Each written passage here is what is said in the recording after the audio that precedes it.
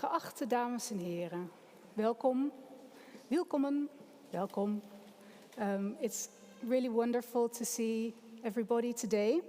My name is Vivian van Saze. I'm Associate Professor at Maastricht University, Faculty of Arts and Social Sciences. I'm also the Director of MACCH, and you can practice the pronunciation later, the Maastricht Centre for Arts and Culture, Conservation and Heritage. In this capacity, I have had the pleasure to be the coordinator of Work Package 1, Work Package Sustainability of Terra Mosana, under the inspirational leadership of Roland Bille and Muriel Rumbecke from the University of Liège. Today, I also have the pleasure and honor of being your moderator during this rich and exciting event. Exciting because the conference on sustainable digital heritage marks the closing event of Terra Mosana. But equally exciting because it's our first live, in-person event since a very long time. Considering the focus of Terra Mosana, I think it's safe to say that a lot of us, among us, are digital-minded. But still, it's so nice to see you all, not mediated by Zoom or Microsoft Teams or any other kind of technology. I would like to take the occasion to thank a few people, without whom we could not have been here today.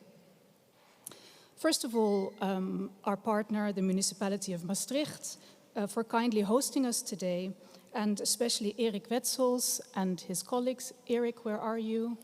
Erik, thank you very much. Also, Medea, thank you. And the Bodes, thank you so much for having us here. And I know that also for you, it's one of the first live events. So it has been a challenge, but we've made it. We're here today. Thank you also to Chantal Meertens from Maastricht University for all the organizational support. You've been amazing in navigating all the unknown that come with these corona regulations and changes. Thanks also Wouter Vos and his team for making the live stream possible. And with this, I would also like to welcome our followers on YouTube at home. Thank you for joining us today as well. And of course, a big thank you to the Interreg program for making this all happen. Without further ado, I would like to announce the first speaker. We'll have a couple of speeches by representatives from the different regions who are partners also in the project. And our first speaker is Mr. Gert-Jan Krabbedam, who is the Alderman of Cultural Heritage of the city of Maastricht and also our host today. Gert-Jan, the floor is yours.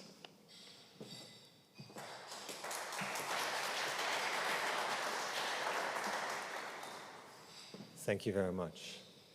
Auditori salutem, chers Madame et Messieurs, liebe Damen und Herren, Dames en Heren, ladies and gentlemen, leef lui.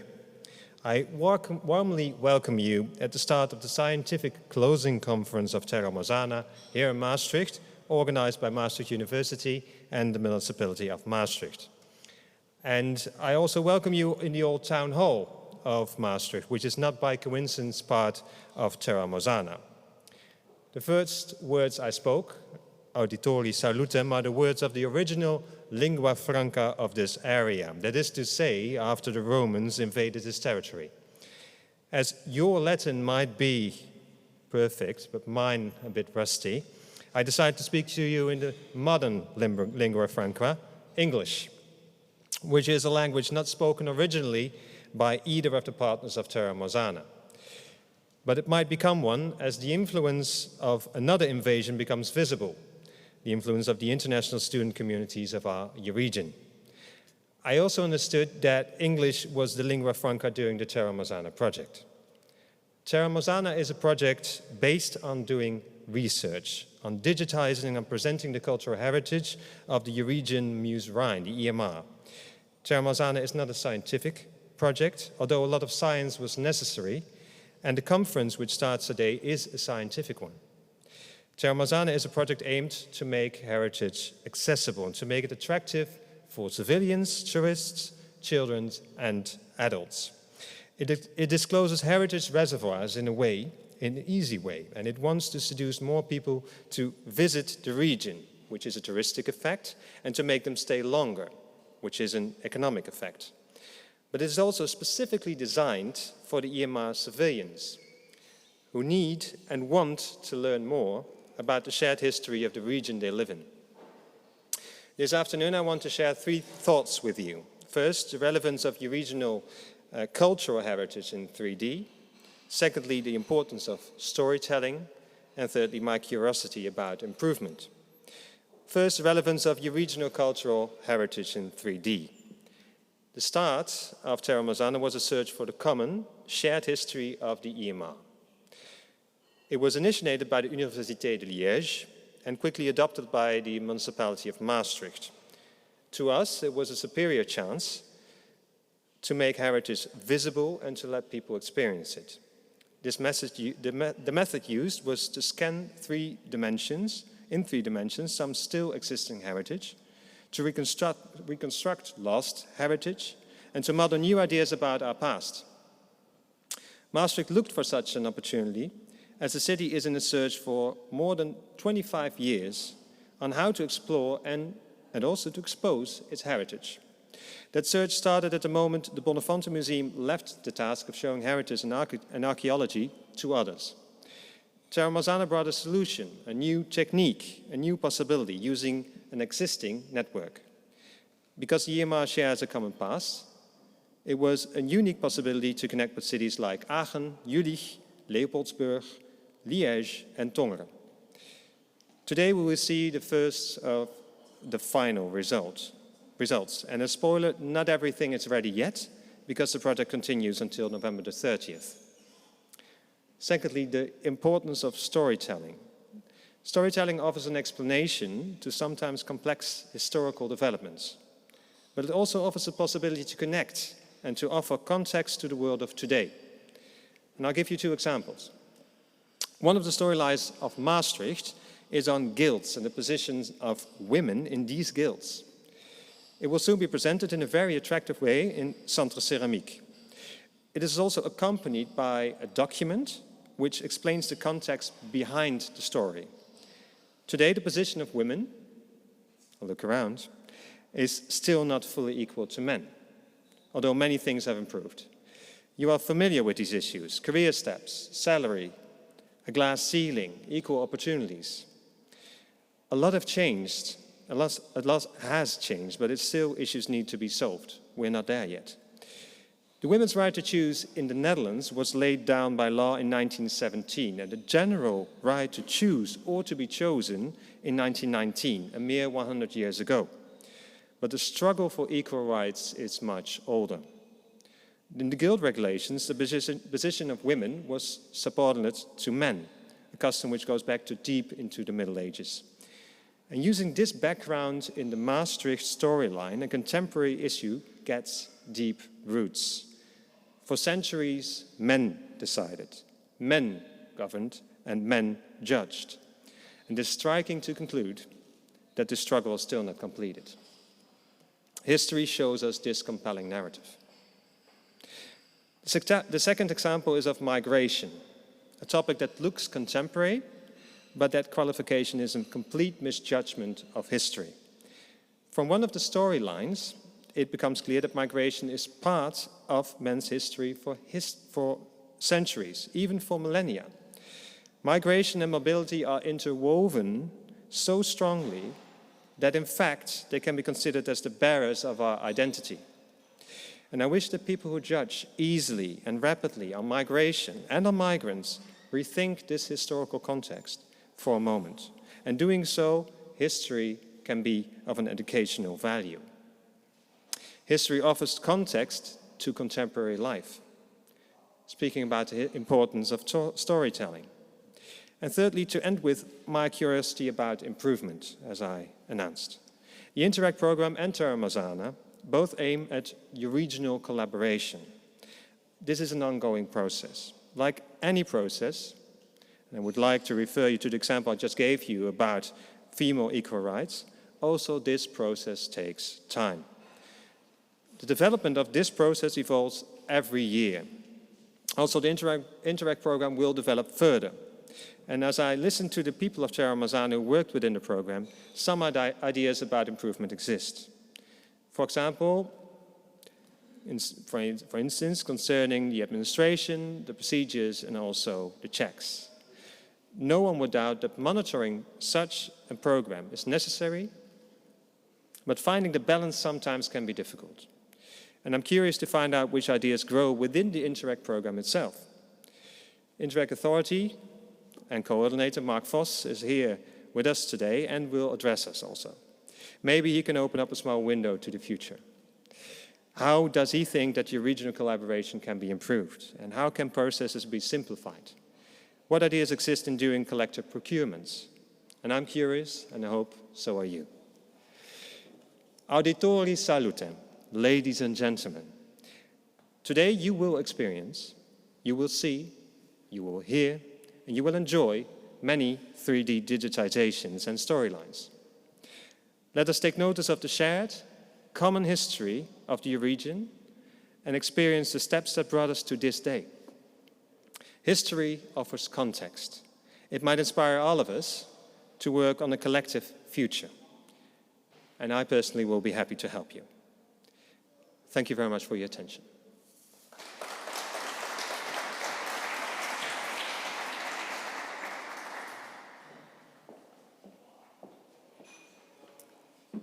Thank you very much, and thank you again also for hosting us in your beautiful home today.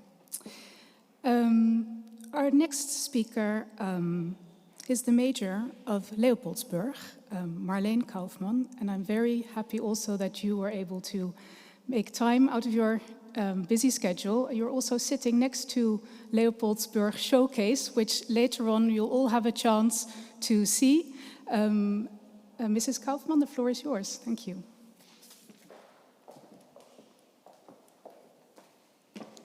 Thank you very much. In Dutch. Geachte dames en heren. Leopoldsburg is een kleine gemeente. Een gemeente van ongeveer 15.000 inwoners. Maar Leopoldsburg is ook een garnizoenstad. Een plaats waar een groot militair kamp zijn oorsprong vond in 1835. Een plaats die sinds toen en tot op de dag van vandaag leeft op het turbulente ritme van oorlog en vrede. Een plaats dus met een heel groot verhaal, een bijzonder verhaal, een bovenlokaal verhaal. Een verhaal dat ver over de landsgrenzen heen reikt. Bovendien is Leopoldsburg gelegen tussen een aantal belangrijke kanalen. Kanalen met een groot strategisch belang. Kanalen die in oorlogstijd een grote defensieve waarde hadden. Kanalen waar ooit heel zwaar gevochten werd. Het militaire kamp van Leopoldsburg en de kanalen rond Leopoldsburg verklaren ook voor een heel groot gedeelte waarom en vooral het verhaal van die Tweede Wereldoorlog zo'n bijzonder groot verhaal is. Een bijzondere, belangrijke geschiedenis kent. Met vele tienduizenden oorlogsdoden die in de EU-regio rondom Leopoldsburg begraven liggen. Oorlogsdoden met meer dan een dozijn aan nationaliteiten. Maar hoe vertel je als hele kleine gemeente zo'n groot verhaal? Hoe bouw je als kleine gemeente een museum uit rond dat bijzonder verhaal? En daar hebben we hele sterke partners voor nodig. Partners die je onmisbare hefbomen aanreiken. Het Interact Terra Mosana project is voor ons zo'n sterke en onmisbare partner. In de vorm van financiering natuurlijk. Maar ook in de vorm van het faciliteren van bovenlokale communicatie en praktische hands-on samenwerking in de EU-regio. Bovendien heeft het Terra Mosana project de kleine gemeente Leopoldsburg niet alleen een heel groot verhaal helpen vertellen. Het heeft ook heel specifiek door het stimuleren van aanwending van audiovisuele technologie een verhaal helpen vertellen van gewone mensen in buitengewone omstandigheden. De buitengewone omstandigheden van de Tweede Wereldoorlog. Het Terra Mosana-project helpt ons in Leopoldsburg het verhaal te vertellen, met behulp van onder andere een 3D-film, een VR, van die catastrofale oorlog. Een oorlog waarin Europeanen elkaar toen nog met de wapens te lijf gingen. Maar het Terra Mosana-project helpt ons in Leopoldsburg tegelijkertijd ook een verhaal te vertellen van de waarde van de toen herwonnen vrijheid voor alle Europeanen. Dat verhaal vertellen we samen met alle Europartners binnen Terra Mosana, zoals bijvoorbeeld Maastricht, dat vlak na Leopoldsburg bevrijd werd, of Jülich, dat door de bombardementen op een van de ergst getroffen steden hier in deze regio. Dit schetsen we allemaal op een manier met behulp van hedendaagse digitale verteltechnieken. Een genuanceerd beeld van de meest bewogen episode uit onze gemeenschappelijke geschiedenis. Het mede door Terra Mosana-project gerealiseerde Liberation Garden, een museum in Leopoldsburg, een Wereldoorlog II-museum, is weer maar eens het bewijs van wat Europeanen kunnen bereiken als ze in vrede samenwerken, over de grenzen heen. Ik dank u.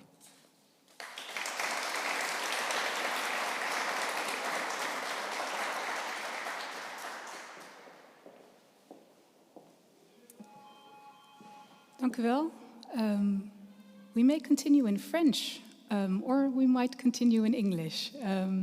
Our next speaker is Marie Gerbruy, and I hope I pronounced your name correctly. Marie is the advisor of the Minister of Heritage of the Walloon region.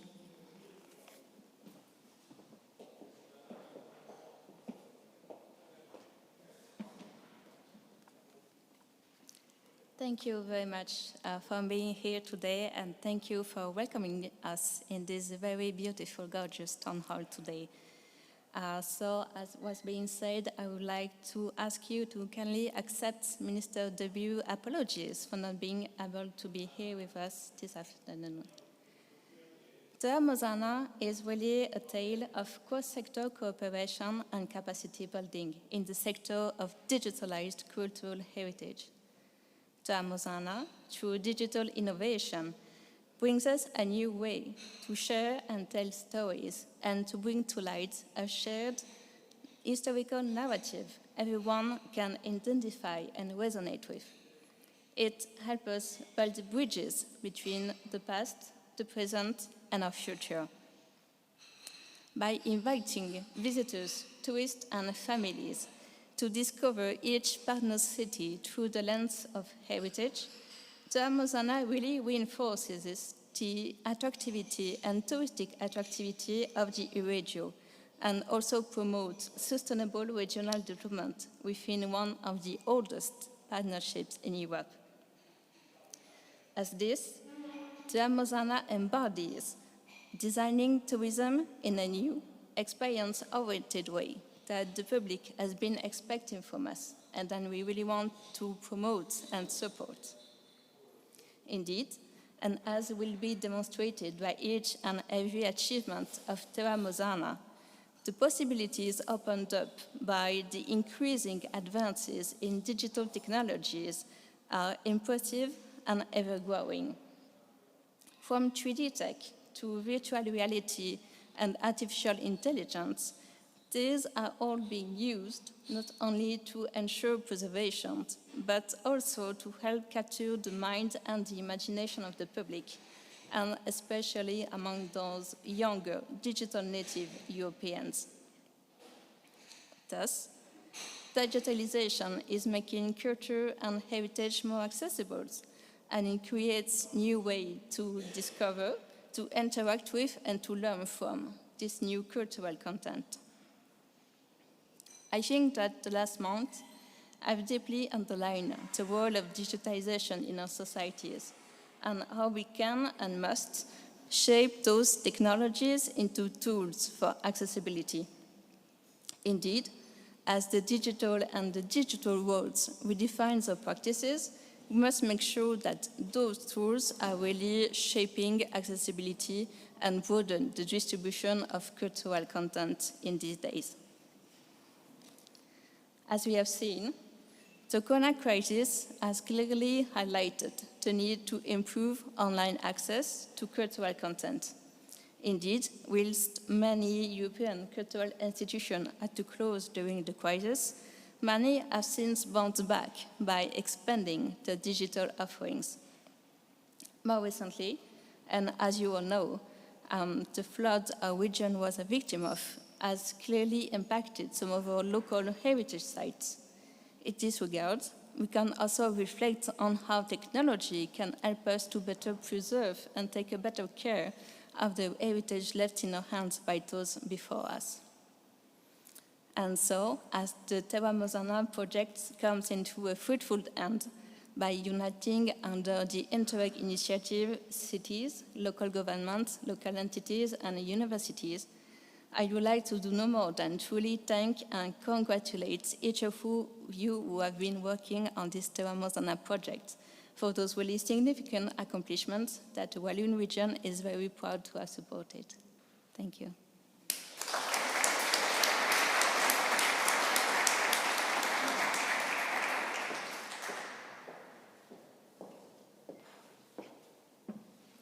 Merci beaucoup. We will now be traveling to Germany, where Dr. Katharine Hissel, the head of Aachen Tourist, will speak to us from the video.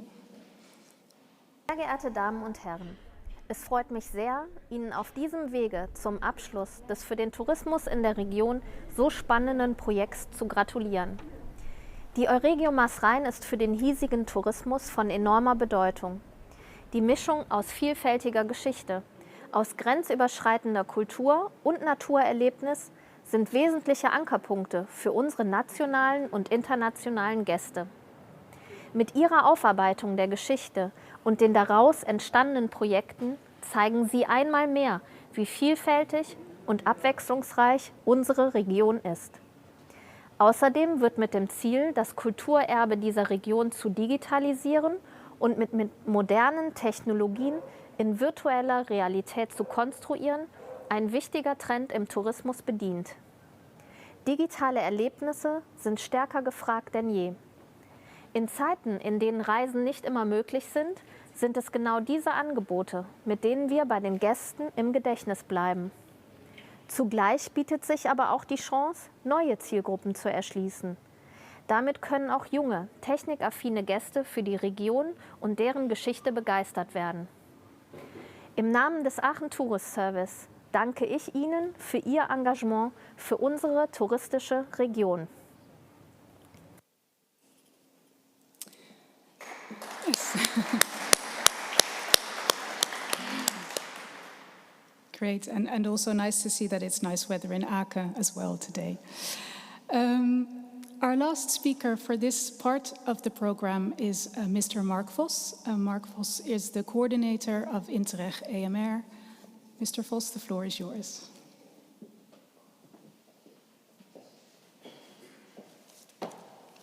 Good afternoon, everyone. I'm happy to speak to you in the name of the Interreg EMR program on the closing event of this very important project, not only for the Euregio, but also for our Interreg program. In the name of all our colleagues, they are on the second row. I see Christina Jors, our contact point from Liège. Stefan Baars is the contact point of Aachen. Anna Ozoreva is van Nederlands Limburg, is in Maastricht. And Tanner Rademakers is our project manager, and they are all here to support the project. Thank you also to all the partners who participated in this very important project. You are with a lot of partners. Special thanks to the lead partner, the Université de Liège, for supporting this project and guide all the partners through this very complex project. I brought a small presentation to explain something about Interreg. What's Interreg and how do we manage it? What's Interreg for Europe?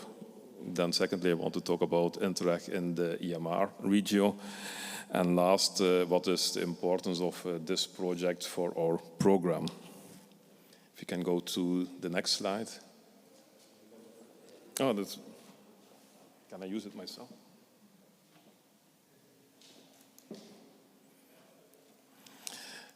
Why is Europe funding a lot of Interreg programs?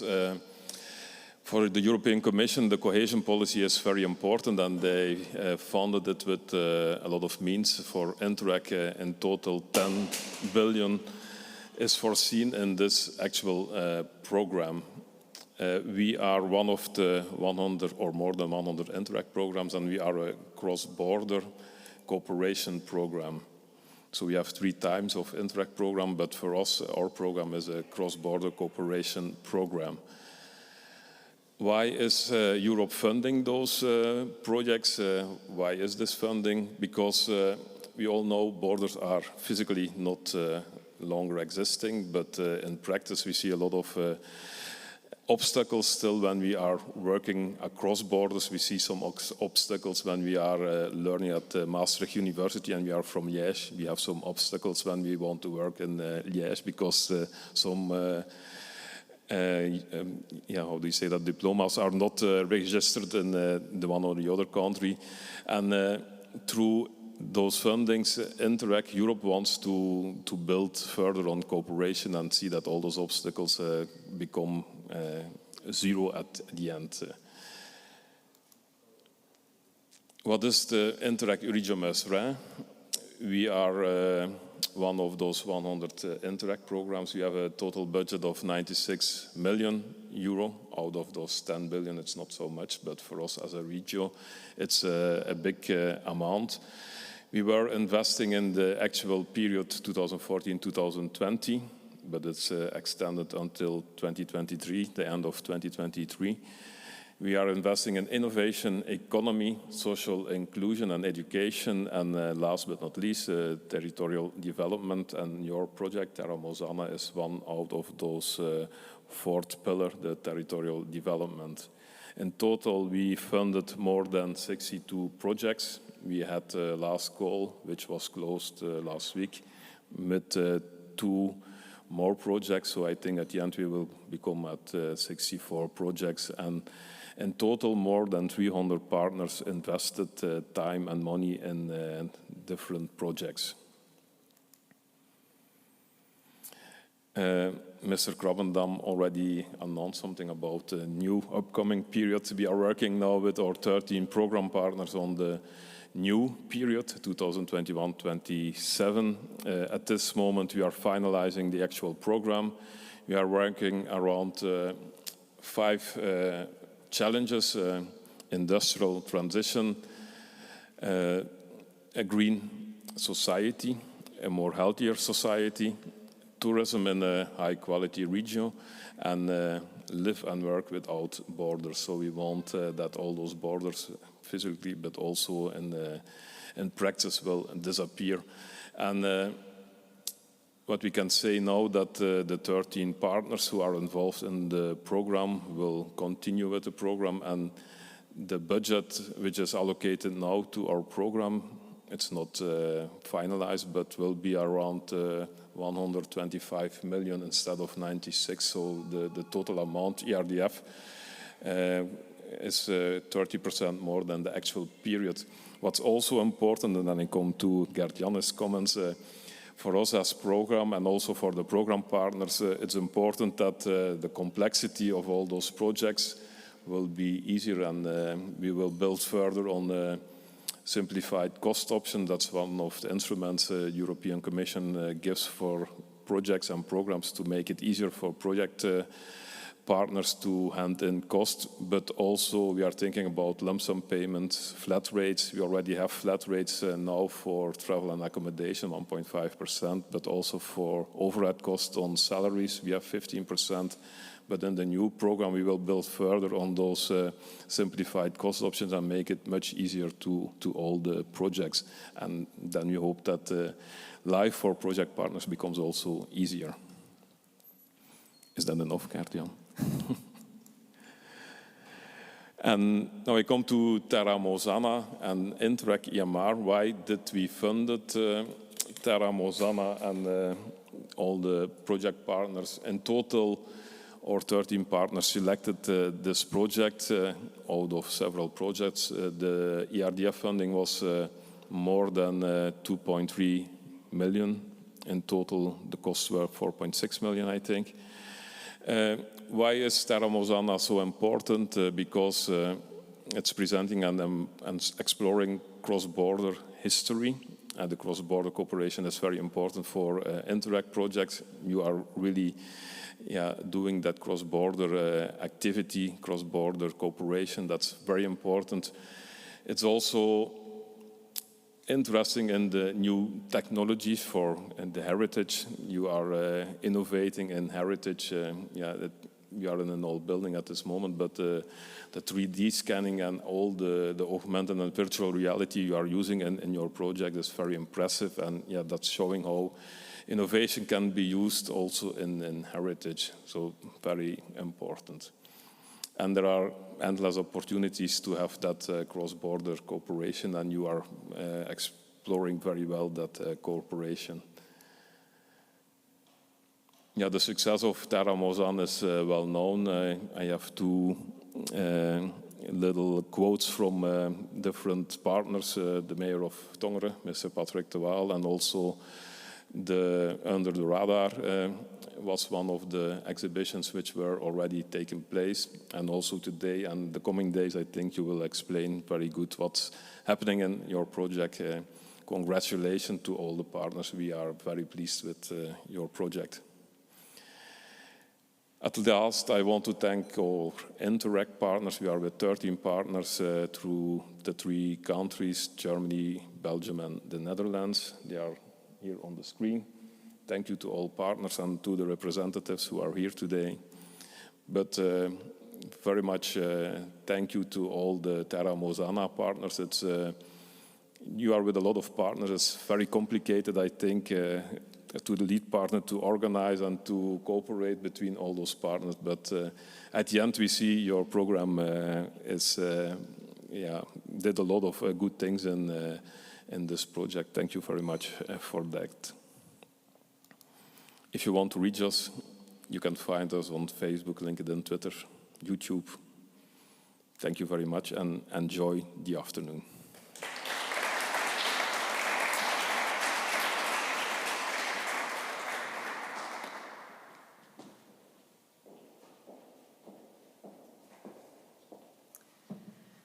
Dank u wel, meneer Vos.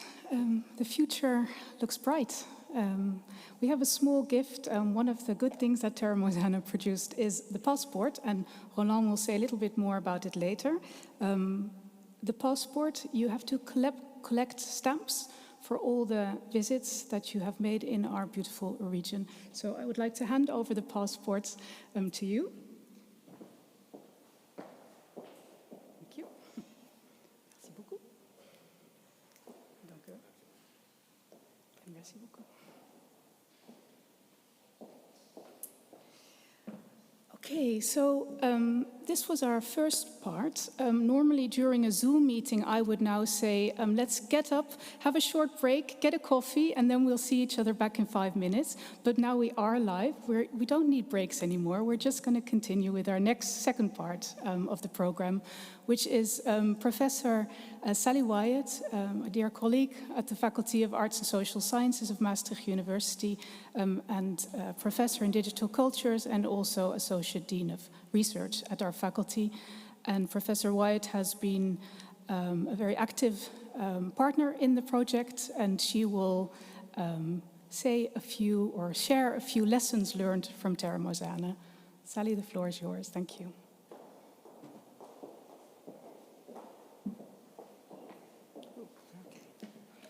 Okay, dank u wel, Vivian. I need my glasses. Right, well, as Vivian just said, I work at the Faculty of Arts and Social Sciences, and on behalf of all of my colleagues there and at the university, would like to welcome everyone in this beautiful town hall of Maastricht. And for those of you at home, I hope your living rooms are equally impressive. As Vivian said, Vivian was a bit generous. She said I contributed actively. I would like to say I contributed a bit to the project. It was a great pleasure. And I would also like to make a special welcome to the different cultural heritage institutions and municipalities and regional governments, and of course the funders, for all of their kind of work over the past years. You've just heard from some of the partners, and in the next, a bit later, you'll hear more about some of the projects and have the opportunity to look at some of what has been achieved. I must admit, when the first man spoke, who spoke in Latin, which is way beyond me, I was reminded of a good friend of mine who's a medieval historian, and she tells me that in the early days of the internet, medieval historians on their listservs communicated in Latin with one another. So maybe Latin does have a chance to become a lingua franca again, and maybe that would have made some things easier in Terra Mosana. We could think about that.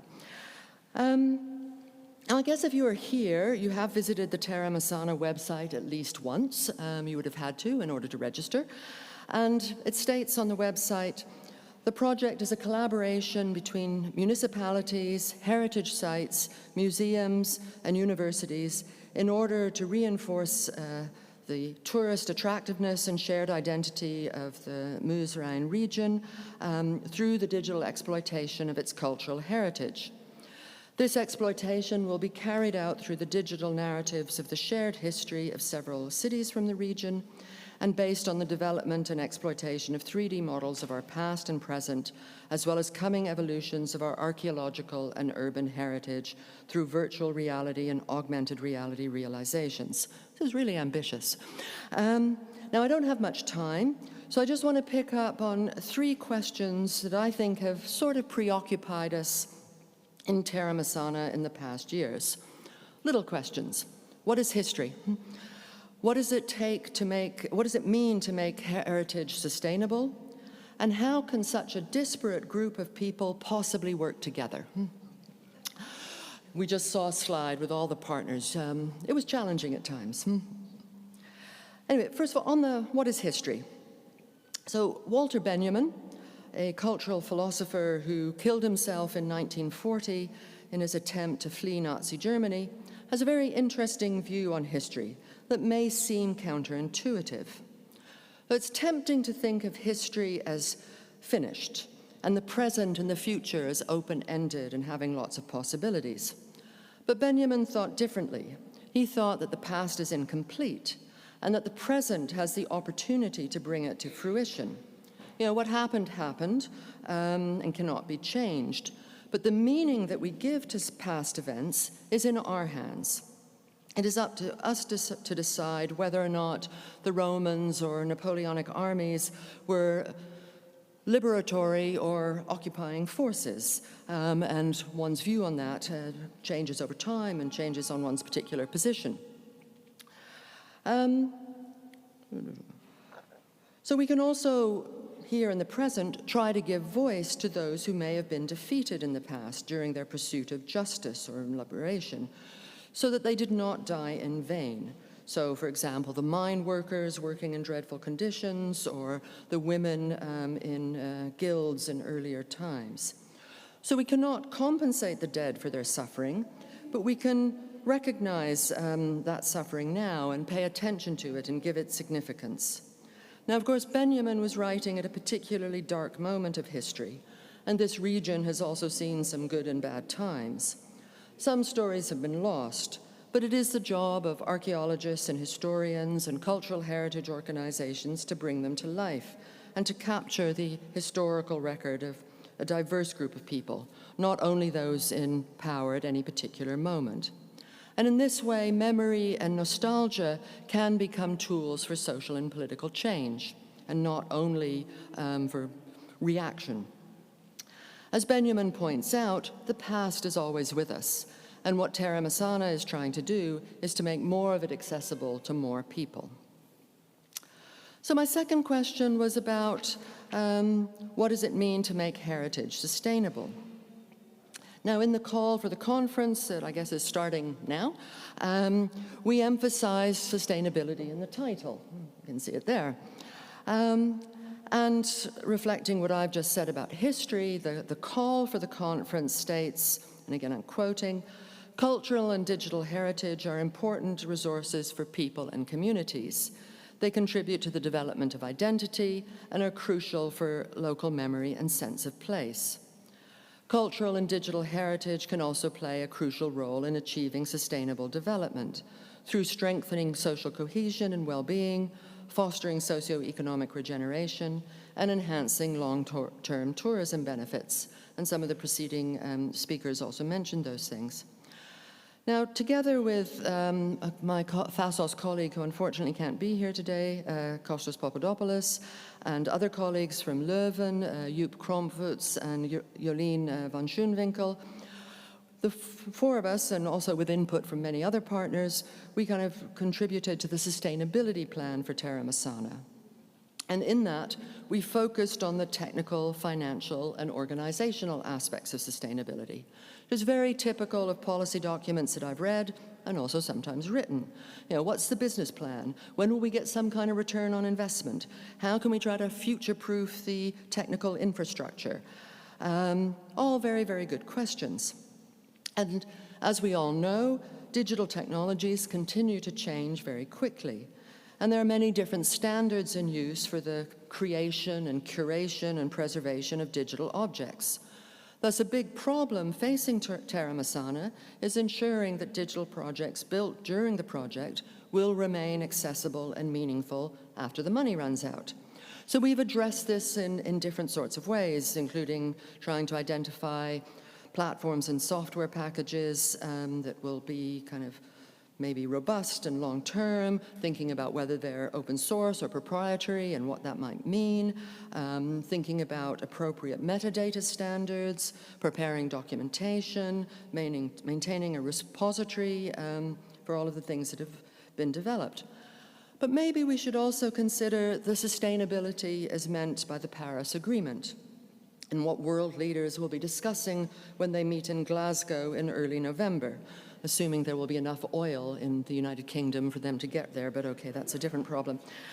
So in line with the university's environmental sustainability ambitions and of many other organizations, maybe we should consider the energy and other environmental costs of large-scale digitization. So maybe this is a bit heretical for a Terra Mosana audience, but maybe we could think about the fact that maybe not everything needs to be digitized. Paper and objects, you know, these guys have been here for a while. They're here for the kind of long haul. They're quite durable.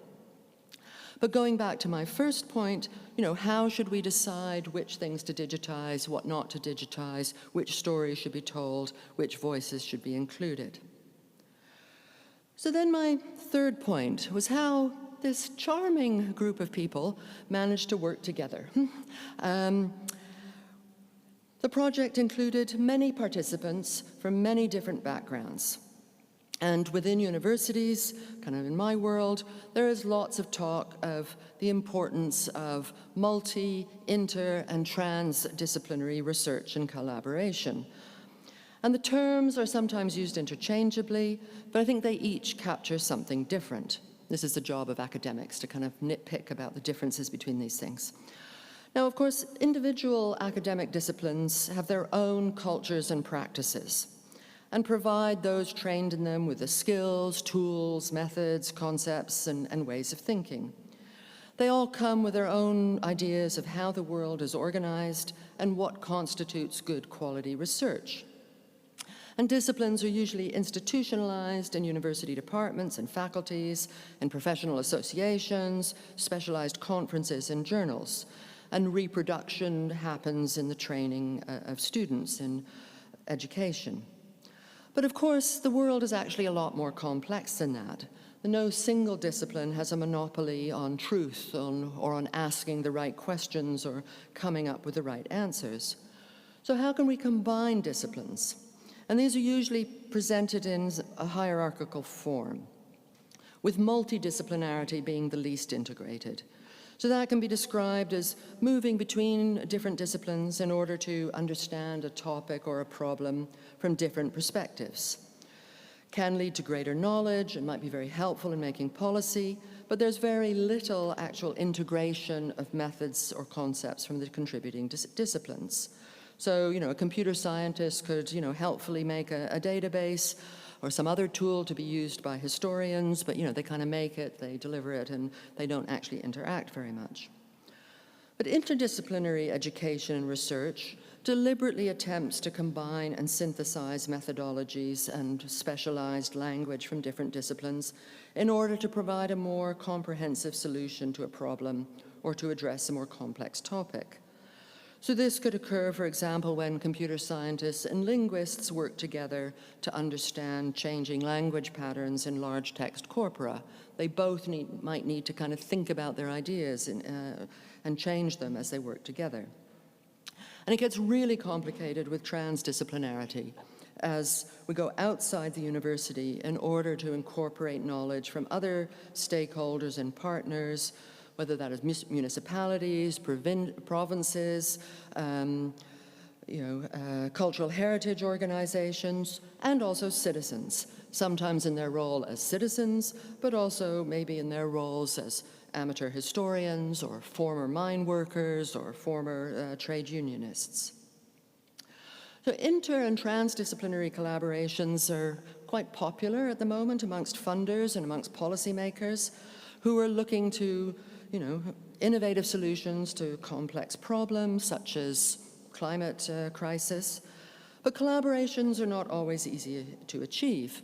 Not all disciplines are equal, neither in terms of available funding nor in terms of what we would call epistemic legitimacy, and nor are all social partners equal. And such inequalities might hinder productive collaboration. And that's what I'm going to talk about in my last couple of minutes. So it's an article I read, it's actually from more than 10 years ago by Andrew Barry and his colleagues, and they distinguish between 3 different ways of kind of doing interdisciplinarity: service subordination, integration synthesis, and antagonistic. And in the service subordination mode, one discipline contributes to the other without actually changing the rules of the discipline. So the kind of computer scientists building a database for the historians, both of them are left relatively untouched by the encounter, and the computer scientists have just delivered a tool for history. The integration synthesis mode refers to a more symmetrical and equal relationship between the different disciplines through a genuine integration of methods and concepts. So, for example, an historian could explain the boundary changes between cities or regions or the development of occupational categories over time. And both of those things, changing territorial boundaries or changing occupational categories, make the merging and understanding of historical census data really, really difficult.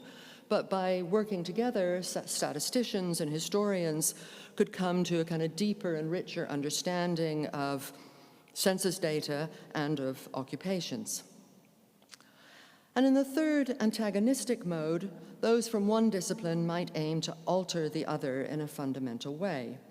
This has sometimes been claimed in efforts to bring computational ways of thinking to the humanities. So at its worst, it could be really rather insulting by suggesting that computational notions of rigor and reliability are superior to the quality standards of the humanities.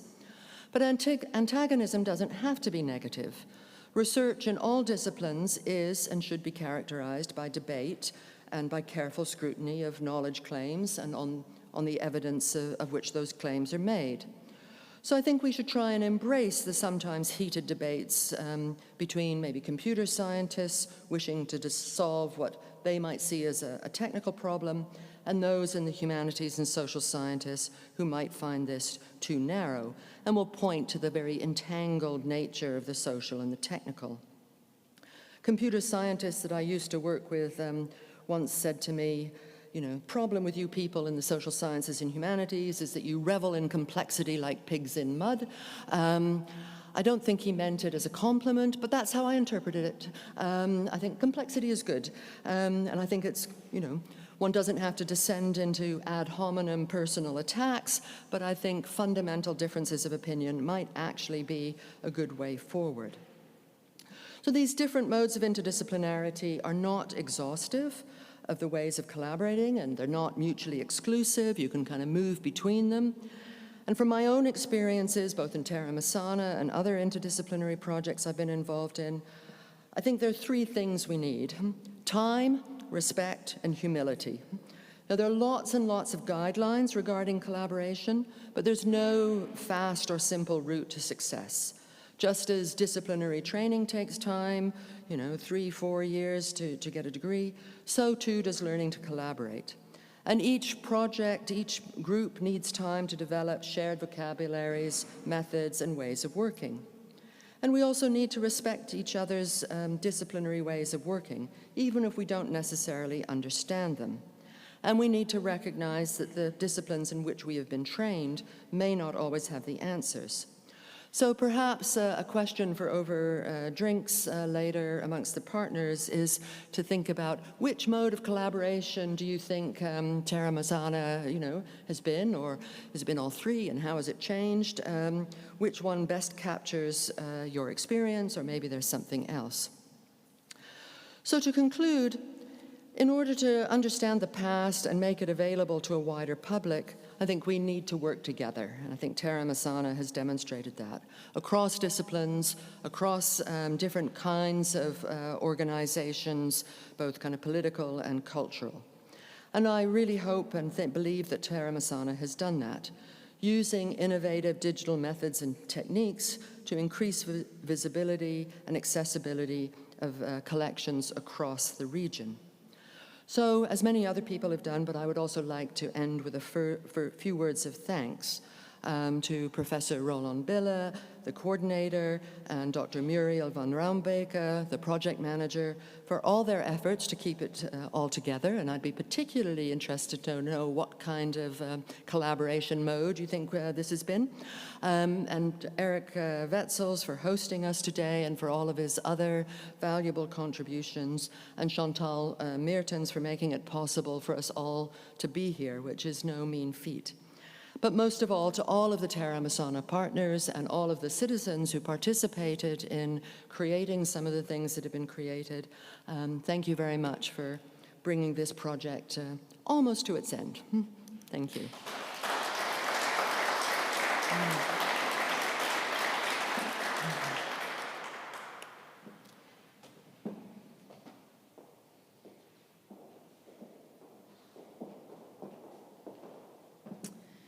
Thank you very much, Professor Wyatt. Our next speaker is going to reveal some of the messy and muddy behind-the-scenes stories, but he's also going to present some of the products that are still on their way. So this is not the final presentation of Terra Mosana, this is a behind-the-scenes presentation of Terra Mosana by Professor Roland Bille, who has also become a dear friend, and maybe that's also part of collaboration to become friends. Roland, the floor is yours.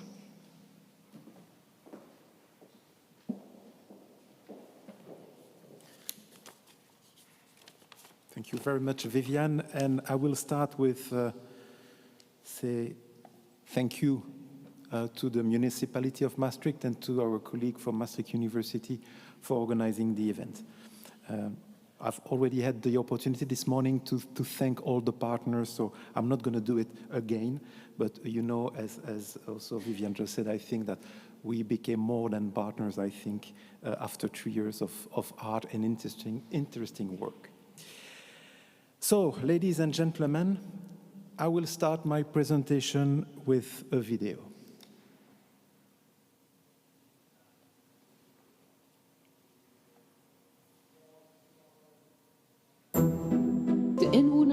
tussen de Moors en de Rijn leven, hebben samen één geschiedenis. Und eenzelfde Geschichte.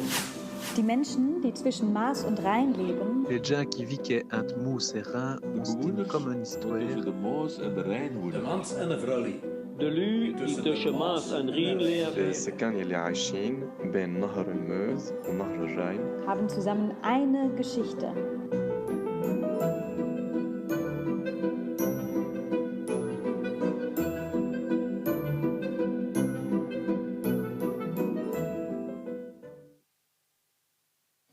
So this extract from the first Terra Mosana film lays the foundation of our project. The people who live between the Meuse and the Rhine share a common history. However, the narratives of our history are mostly national and take little account of the reality of this shared territory. And therefore, it was time to propose new narrative, new storylines, and this is what Terra Mosana is about. The objective of our project have already been said, but I'm just going to say again: strengthen the shared identity of the Regio Meuse-Rhine and the tourist attractiveness of the territory through new narratives based on the digital exploitation of its cultural heritage. And the use of digital technologies is a mean for improving the dissemination of these new narratives to a diverse and varied public.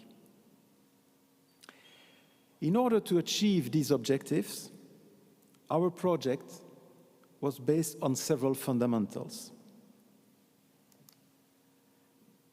First, a solid and strong partnership, bringing together cities, universities, heritage actors, including archaeologists, historians, communication specialists, computer scientists, geometricians, sociologists, and so on and so on.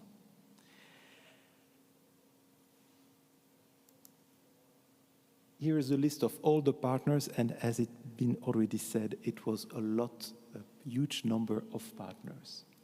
But this team quickly expanded to include a series of new partners, the so-called associated partners, who were able to directly influence our work and also lay the foundations for future achievement.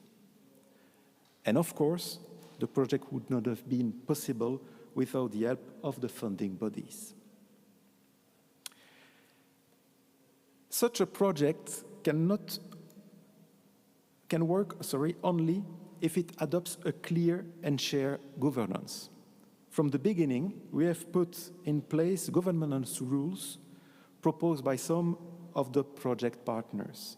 And I think Sally mentioned that in her talk.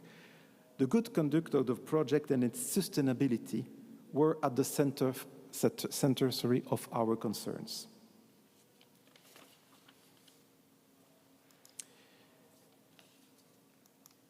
Internal communication is also fundamental, and in addition to the meeting imposed by the Interreg, we have multiplied formal and informal contact. The COVID crisis naturally affected us, and we quickly organized ourselves so that it had as little impact as possible on our work. Terra Mosana has vocation to reach out to new actors and to involve citizens from the very beginning. This drove us to include the associate partners, but not only. Here you can see images of the workshop on the cross-border ticket organized in Maastricht, and which brought together many tourism stakeholders. In the film clip that opened my presentation, the collection of the different languages of our region was initiated through our social networks by involving contributing citizens. A project must be known, and not only when it comes to its end. We have done a lot to inform the public about our work. whether through the website, social networks, press cutting, radio spots.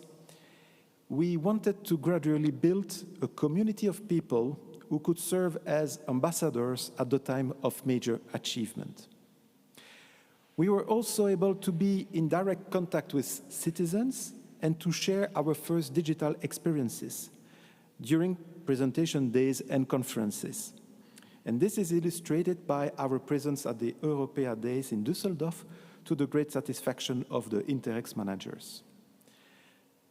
And once again, today you will have the opportunity to have access to some of the interactive experiences.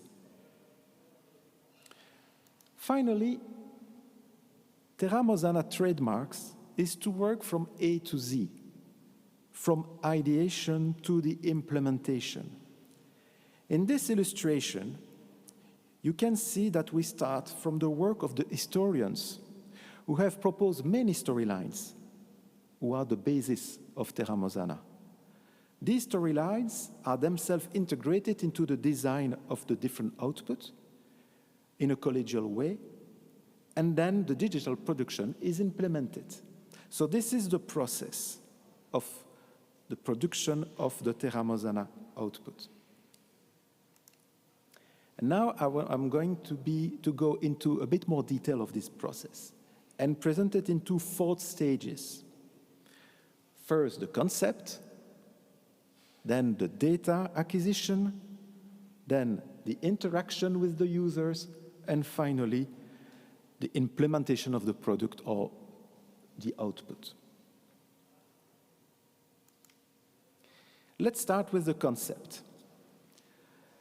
As I've just explained, we have always started from a deep reflection on the stories and on the way to deliver them to the public. Although this is the foundation of our project, I have to say that it's not very easy to illustrate it and to talk about concepts. But among some of our activities, we have organized participatory workshops with various audiences to help us in our thinking. And what I would like to show you now, it's an extract of an informal presentation done by one of our colleagues, Eslam.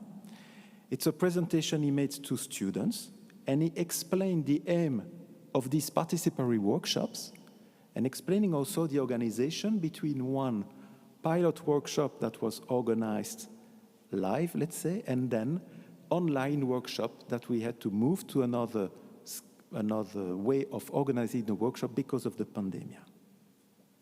So let's have a look and just listen to Aslam about these participatory workshops. So the main objectives of these workshops, participatory design workshops, in order to engage in the residents of the region and the design activities of Terra Mosana storylines. And also during the workshops, participants are encouraged to prioritize the themes of Terra Mosana and to build the sequential narrative for the storylines of the shared history. Last February, by organizing the first on-site workshop as a pilot with the master's students of Arts and Heritage at Maastricht University, with also the attendance of several partners of the project. The workshop consists of different activities about sorting the themes, developing the persona and scenario, and also building physical mock-ups. But before the activities, we asked partners of the project from Work Package 2 to prepare posters for the different themes of Terra Mosana. So they have now 13 themes about the shared history of this region, and they prepared posters in the same format for those themes. And we printed those posters, we hanged them here at the beginning, and we asked participants to familiarize themselves about the shared history of this region before we start the activities of the workshop. But yeah, as a consequence of the Corona crisis, we developed an alternative scenario to accommodate all the activities of the workshops online.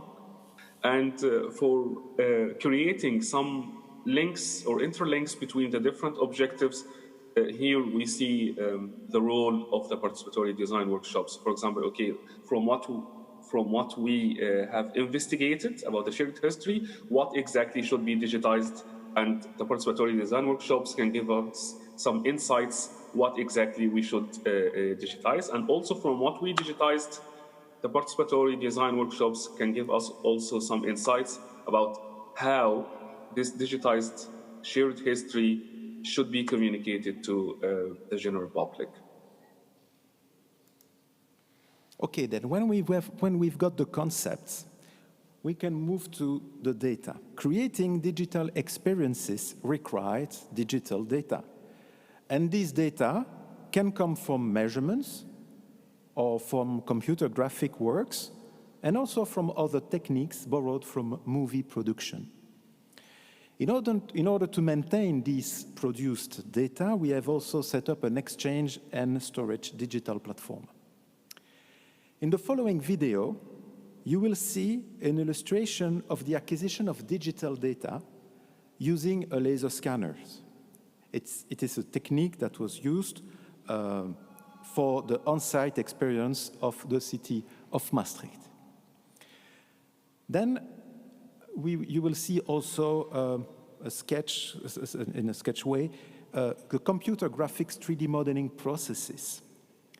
And finally, we present the embedding of movie scenes in 3D models as implemented in one of the on-site experience in Liège.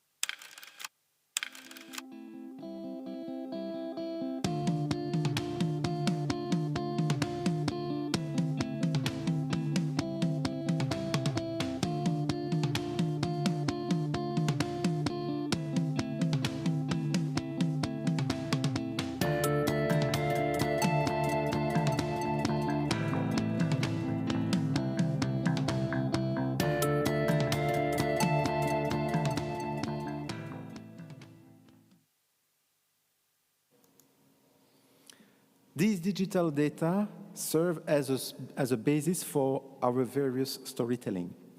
But the way in which the public interacts with the 3D model can be diverse.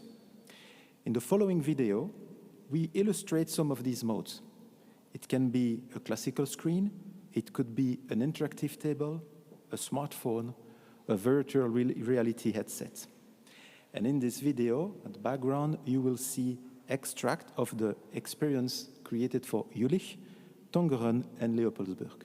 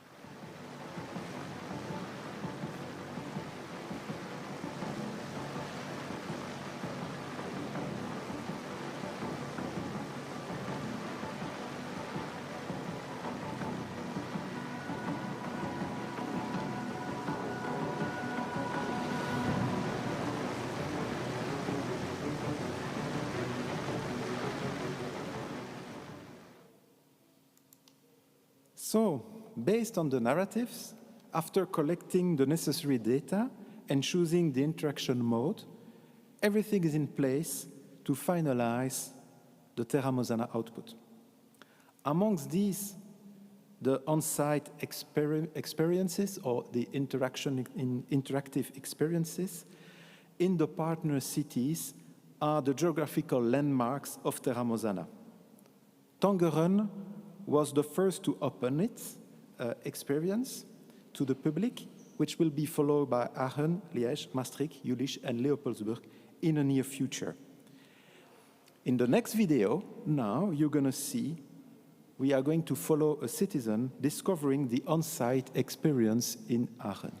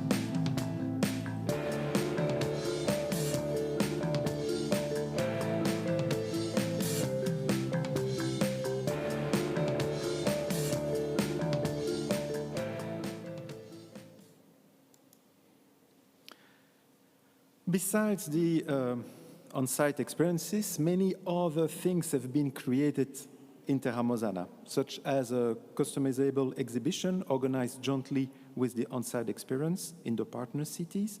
You can see here an image of the current expo in Tongeren. It's already been mentioned in previous talk. But we have also created films. We have the language recordings, and also a passport that I will tell you a bit more later. And of course, well, the today starting International Conference on Sustainable Digital Heritage. And once again, I invite you to take time to visit the showcases after this presentation to give you a better idea of our achievement. And then, what will happen to Terra Mosana? Well, we have many available storylines left. Eric, I think we have many storylines left, and new digital projects are already on tracks. Terra Mosana, I think, is a unique experience, which has already been an object of study. The video you see now is a presentation, the presentation of a work made by students of the University of Maastricht who were looking to the possible future of our project. And on the kind of potential possible future lines, some has already been mentioned previously, such as gender balance, or maybe looking to the rivers who structure our territory. I truly believe that in this project, we have created a real cross-border multidisciplinary dynamic. Terra Mosana has the vocation to become a trademark, recognizable by the citizen and the actor of tourism and heritage. The Terra Mosana land is a new country to discover, and this is why we wanted to give it a passport that will allow visitors to discover the partner cities, to collect experiences, and we hope to make them aware of a shared identity. Thank you very much for your attention.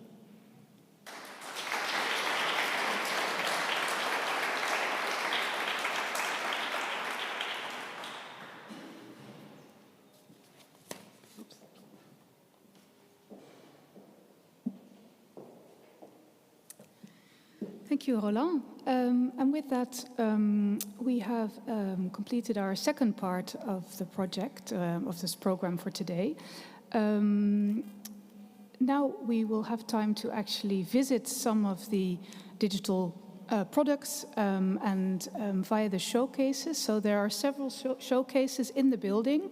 The arrows will point you to the right direction. Please also go upstairs, several rooms to visit. For our people at home on YouTube, Eslam Noval, where are you, Eslam? Eslam Noval, postdoc researcher at Maastricht University, and Nicole Bazaraba, postdoc researcher at Studio Europe, will interview the project partners with a cameraman. So also for the people at home, you will be able to actually access the showcases. We have about an hour or so for the showcases. You can also take a cup of coffee. And after an hour or so, we'll come back for a final closing before we have a short walk in the sun to have a drink and toast on Terra Mosana. Enjoy the showcases, and thanks again for all the speakers, and we'll see you all back in about an hour or so. Thank you.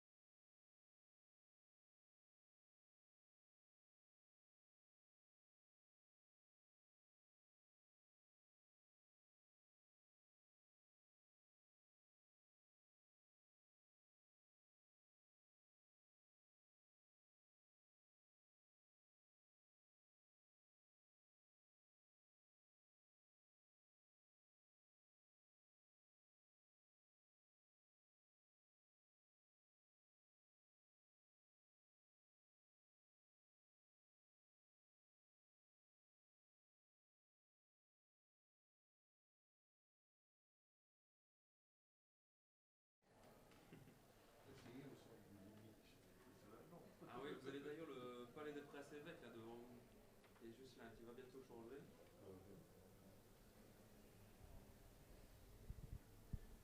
On est devant la note gérienne là maintenant. Et vous voyez que maintenant ce sont les collégiales qui vont apparaître. Plein de petites collégiales qui sont venues.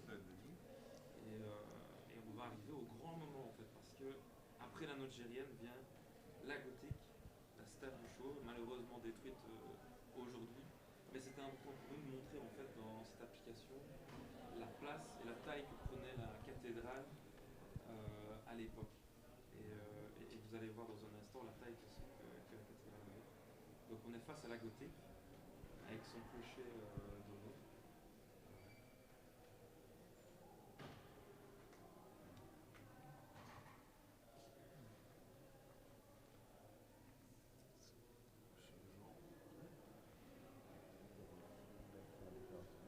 We're live.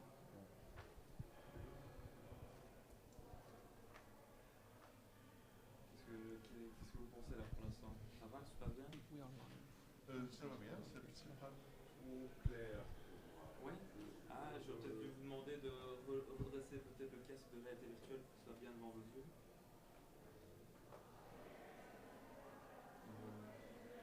Là, vous avez également un autre moment intéressant. Il y a en fait la ville de Liège qui apparaît actuelle. Donc, on voulait aussi montrer dans la place actuellement la taille qu'elle avait. C'est vrai que pour l'instant, sur la place Saint-Lambert, il n'y a que des espèces de pylônes en fait, qui existent, en fait, qui représentaient les différentes colonnes qu'il y avait à l'intérieur. Mais il y a encore la cathédrale gothique. Ah. Tout le reste, c'est rien. C'est trop de froid. Excusez-moi,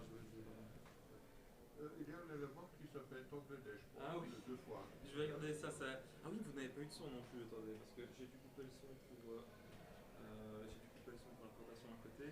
Normalement, il y a du son dans l'application. Il faudra la réessayer. Ça va, ça s'est bien passé? Merci. Okay, so we are here with a showcase of the city of Liège, and we would like to ask our colleague from Liège University to describe what they have today, what they are presenting today for the showcase. Yes, of course. Maybe should I present to someone while I explain? Yeah, sure. To the application. Would you want to be next? You will not have the sound right now, but you will have. Perfect. Okay, I can. Up. I need to get this a bit more tied up, and here you go. Okay, here you go. If it move a little bit, you can just adjust. But can you see clearly right now? Okay, perfect. Sorry, we can. No, it's fine. So we have here one participant is trying the VR headset. Yes. And this screen visualize what she's seeing, right? Yes, exactly. Okay. So she has a wider field of view, of course, but this actually shows what she is currently having in front of her. So to give a little bit of context, this is the arc here of Liège. It's underneath the actual place, the Grand Place of Liège. And the context of this application is that there used to be a huge cathedral, which is called the Cathedral of Saint-Lambert, and which is not here right now because she has it was destroyed. And so what remains is only here, what you see currently in the screen. This is the ruins of the cathedral. And so this is really a unique site. But what the people here on the museum have as an issue is that there is a lot of information, and it's sometimes hard to understand which ruins are building what, you know. And so the idea behind the application was to rebuild the cathedral during the different periods and to showcase here to better understand what's in front of the player, what is currently seeing. And so we start by showcasing the Cathedral Gothic, and we came back in time. So we have a look at the Nigerian, we have a look at the Merovingian, and after that we got a bit carried away because we wanted to have a little bit of a surprise for the player, and we are. This is what she's currently having in front of her. So after that, we elevate the player, and make him a giant above the city. And this is really useful because now he will be able to start from really the beginning of the city of Liège, which is the killing of Saint-Lambert, the assassinat. And then we will go forward in time and see the different cathedral and see how the city of Liège was built and the different periods. And so, yeah, this is the big picture of the application. Yeah, it's very interesting VR experience. But you just mentioned that the cathedral has been destroyed. Yes. Okay, so my question is, I mean, where exactly tourists can experience this VR experience, in museums or maybe in the city hall of Liège, or? So that is really an interesting question because the objective is obviously to have this application displayed at the actual site of the archaeophrom, so exactly where the player begins. So it's kind of a mixed reality setup because we start exactly where the player will be. So the background doesn't change, you know, and we build from that background, which is a laser scan that we did of the place. And so yes, so this will be of course the setup that we will have on the archaeophrom, which is located underneath the Grand Place. And but this is also an interesting question. Sorry, I'm getting a bit carried away. But for me, what's interesting with this kind of application is that we can distribute it as we want. You know, I mean by that we can build on this application for some people to have a look from other city, just to have like a trailer. And so we can have different build for the application in different case, and it can also be an advertisement platform for the site, if I'm talking correctly. Okay, and I think also Nicole has some questions. I noticed that the visualization is very detailed in the different time periods. What pieces did you select? Because you said you wanted to showcase the different time periods. Can you tell us a little bit about how you made those selections and how they came to be visualized like this? That's also an interesting question, because it was for me the main issue with the project, because we don't have that many information.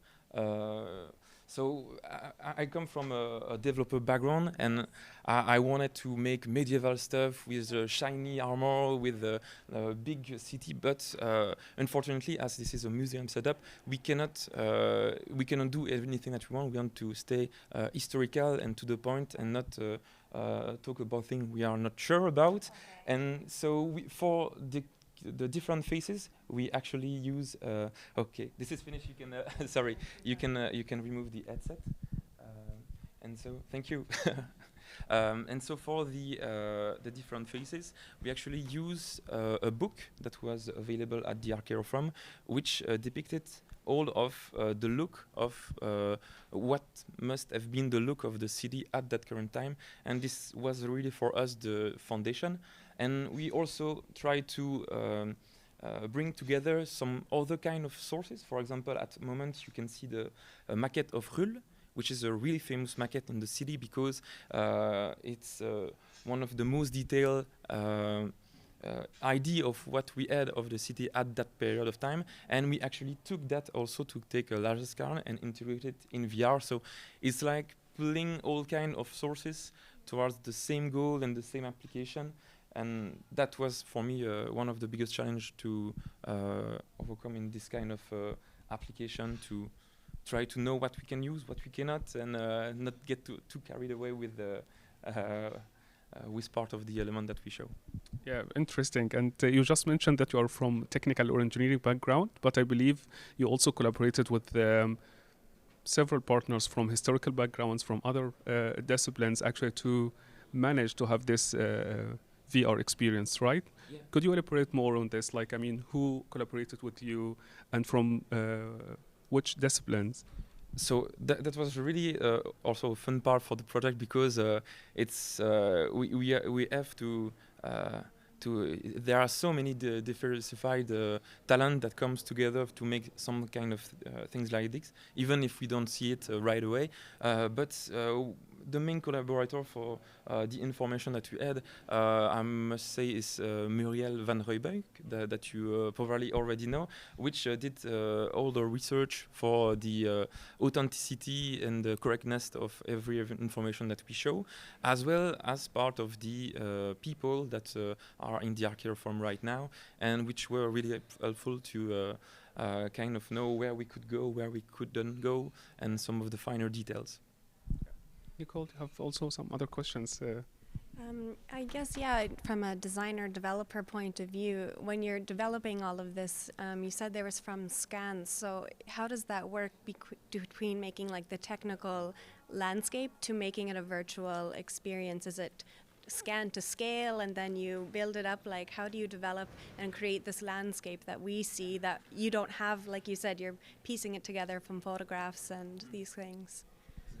So scans are really powerful in that matter. It's a really an amazing technology, which I think when bring back with virtual reality can create some mixed reality experience. We can really emphasize what's real, what's not, and bring together some visual information on the scan that are part of our real world.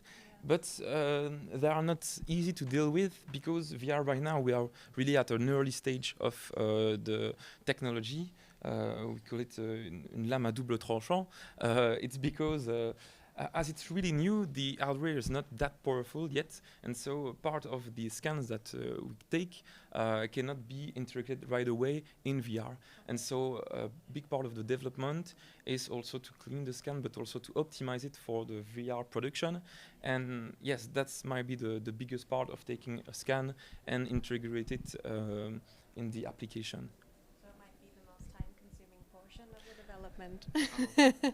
Everything is at that point. Everything is a big part of development. I mean, it's maybe all the little details, and as I mentioned before, we have to please every side of the story. We have to please the player. We have to please the historical content, and we also have to please the developer. So no buggy feature, everything smooth. So this is really the for me my job. Yeah. Okay, yeah, thank you so much. And maybe we are curious to know in the future about how this type of experience enhanced the tourism in the city of Liège and in the region in general. Yeah, thank you. Okay, thank you yeah, thank you so much. Yeah, maybe now, Nicole, we should go to visit another city. Yes.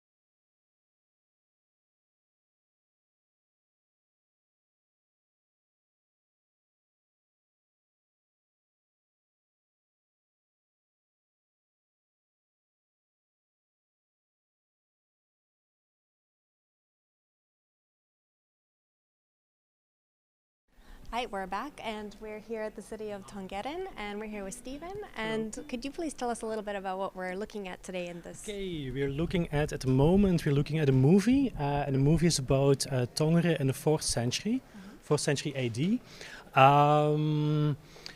The project in Tongeren is about the Church of Our Lady, and it's one of the most important churches in the province of Limburg. There have been some major excavations from 1998 to 2013, and parts of a Roman villa were found, Roman basilica, probably a church, and afterwards Merovingian church, Carolingian church, Ottonian church, etc., etc. And it's on the spot of the current Church of Our Lady. So what we're seeing at the moment is, to the left of me, a 3D movie about the church or the basilica in that time. We have also 3D glasses where you can see in a 360 environment the story of Tongeren in that period and in the Merovingian times. We've also developed an app, a Roman walking app. There's also a tool with a touchscreen where you can visit Tongeren itself in the period. But at the moment we're focusing on Roman Tongeren. Also with the exhibition and the small exhibition in the Church of Our Lady. And then in November we're going to the Museum. It's a museum in Tongeren with the treasury of the Church of Our Lady and the archaeological site. And in the archaeological site we're going to tell the story about early medieval Tongeren. And then we'll see the movie of Merovingian Tongeren with the 3D and the pano, etc. Great, thank you. May I ask you a question about, you mentioned quite a few components with this project. Could you tell us a little bit about how you came up with which media to use? You said there's an app and this 360. Can you tell us about the choices that you made to bring those together? Yeah, first of all, it was very difficult to find somebody to help us with the 3D and the reconstructions and impressions, etc. So we went to look for somebody who knew enough about architecture and archaeology and early medieval churches, etc. And then together we came up with what tools were the easiest to use. We came with the 3D glasses, because the 3D glasses, you can use them wherever you want. You can take them with you. You can put other movies inside them. Also, the sound is incorporated within the Oculus device. So that was one thing. So you can also take it with you to schools and to promo talks, etc., etc. But we wanted also something more easy for the older tourists visiting Tongeren, and then we came up with the touchscreen. So it's actually a large computer screen, and it's very handy. You just touch it and it moves around. It's very easy to use. And then of course the movies, it's very relaxing music. You just sit down. It's in 4 languages, and you get information like in the old days through a movie. That's great. You really thought about all the accessibility aspects of it as well. So citizens, tourists, and local people as well, if it's in multiple languages, will get the experience as well. Thank you very much. I'll ask. Yeah, maybe I ask you questions also about how do you think that this enhanced the tourism in the city of Tongeren? So you speak about the touch screen at the like tabletop, and VR glasses and mobile applications as well. The touch screen, is it exhibited at the City Hall of Tongeren, or maybe you collaborate with other museums, or? So we chose to incorporate the touchscreen in the tourism office. That's the first place people go normally when they visit Tongeren, so that they can get their first view on Tongeren and also on the musea. Then the idea is you can take the app, you can use the app, the Perpetus app, and the app starts in the tourism office, and it takes you to the square at the entrance of the museum with the archaeological site. And it's also the entrance to the Gallo-Roman Museum. So the idea is, first you get the introduction to Tongeren, you take the tour in Tongeren, and then afterwards you can visit the real stuff, the real excavated site and objects and etc. And on these sites you get the more in-depth information with the VR glasses and the objects and etc.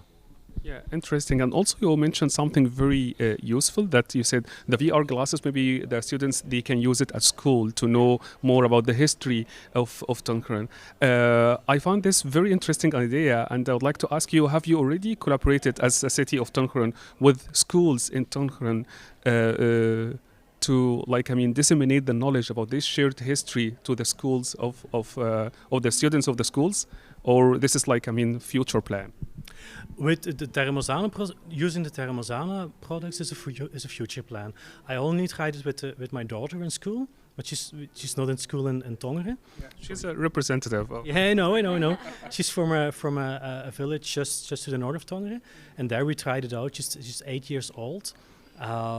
So normally they don't know very much about Romans and early Middle Ages and stuff. But I told something about the church and the local patron saint, which is Saint Peter, and that story about Christianization and Romans. There also was a Roman villa in the hamlet nearby. So there's small things that they know, but they can't visualize what it means. What is a Roman street, or what is an early medieval church? And then we tried the VR glasses, and that's fantastic. It's like, whoa. But the idea is that it's not very costly to buy those glasses. So maybe it's going to be a more usable product in schools, because schools they do visit Tongeren. And they get some questions and with a game and sort of, but there's not much visible in Tongeren of the Roman past, and certainly not from the early Middle Ages. It's the Roman past is in the musea, and the rest in Tongeren is 13th, 14th, 15th century. But the period in between, it's very interesting because it's the period between Roman era and nowadays, for manner of speaking. It's not visible. And then the VR glasses are very handy, also because you can use a smartphone with the app, and you can use an iPad or a tablet or something to accompany you. Also, the city guides are using it at the moment. We have some some hacks that you don't have to use the entire app. You can go to a specific point, and there are some hacks that they can take things out of it and show it on a tablet. Yeah, interesting. We heard also from the presentation that the city of Tongeren was the first city to organize the exhibition. So in addition of this interesting digital outputs, you already also organized an exhibition at the city of Tongeren about the outputs of Terra Mosana. So would you please also tell us more about this exhibition, and if you have here illustrations about this exhibition, maybe we can show it to the camera and to our YouTube followers. Yeah, okay. Yeah. Sorry. Yeah, so the cord. I don't have much with me about the exhibition, but we made a nice flyer for the tourists in coming to Tongeren. It's in 4 languages. It's about the VR glasses that you can use in the tourism office, and the touchscreen and the 3D images in the museum. But it's also about the exhibition that you were talking about. The exhibition is in the Church of Our Lady, and that's a spot where not many tourists go to. They know the museum and the treasury, but the Church of Our Lady is normally used as a space for pilgrimages and for pilgrims and for people who want to go to pray and sort of. But now we could use the lower part of the Belfry Tower. And the Belfry Tower is going to be open for public in 2023. So we had some products going on and some participatory stuff going on about the start of the works to valorize the tower. And last September, first weekend of September, we had some visits to the tower, also with the story about the renovation project and opening up the tower, but also in relation to the Terra Mosana exhibition. That it's not like, okay, the Belfry Tower, it was not like put on that spot or dropped on that spot, but that you have an entire story to tell in Tongeren, but in relation to the Euregio, of things happening in Euregio, but things already started 2,000 years ago. And that things that nowadays are happening are within a context, Eurasian context, but also within a historical context. And so that's the story of the exhibition. Okay. Yep. Thank you so much, Steven. Okay, thank you. Nicole, do you have other questions? So, Steven. I now want to go visit Tongeren and see all of the apps and do it myself in person. You're welcome. So, Yeah, me too. I feel like I got the virtual experience here, but I want to go now. So Okay, you convinced you're me. Okay. Yeah, thank you very much. Okay. Yeah, thank you very much. Yeah. Okay. Bye. So, yes. So let's visit another city.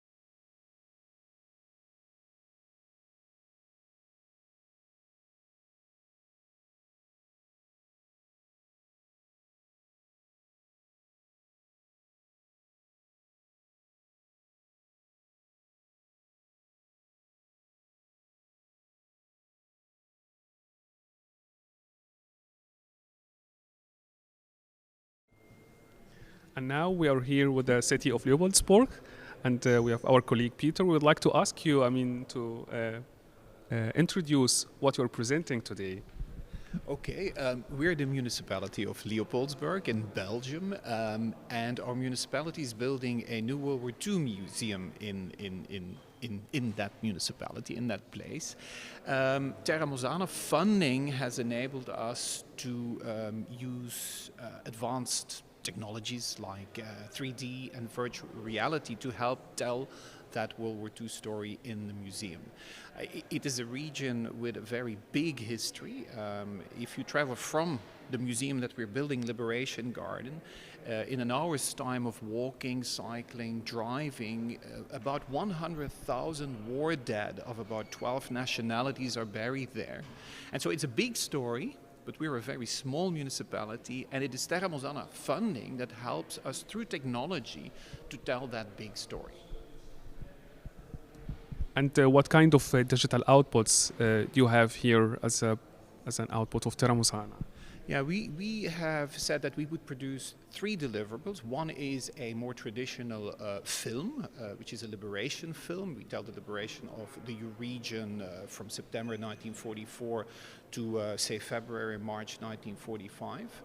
Then we also are producing a 3D film, and that 3D film will put visitors in a cinema that was actually used in Leopoldsburg during the liberation by British commanders to explain to their officers what Operation Market Garden would entail the next day, which was an operation moving from about the place that Leopoldsburg is at into the Netherlands to try and bypass the Siegfried Line in Germany. So it's a complicated story, but we tell it in an understandable way through 3D means. Also very attractive for young people. So we talk to them about why this operation was needed, what it would be doing, what the pitfalls might be, but at the same time, of course, young people will be experiencing, let's say, an airplane that will attack them or a tank that will come at them, and it will keep them entertained while at the same time learning about a big piece of military and European history. And another deliverable is virtual reality.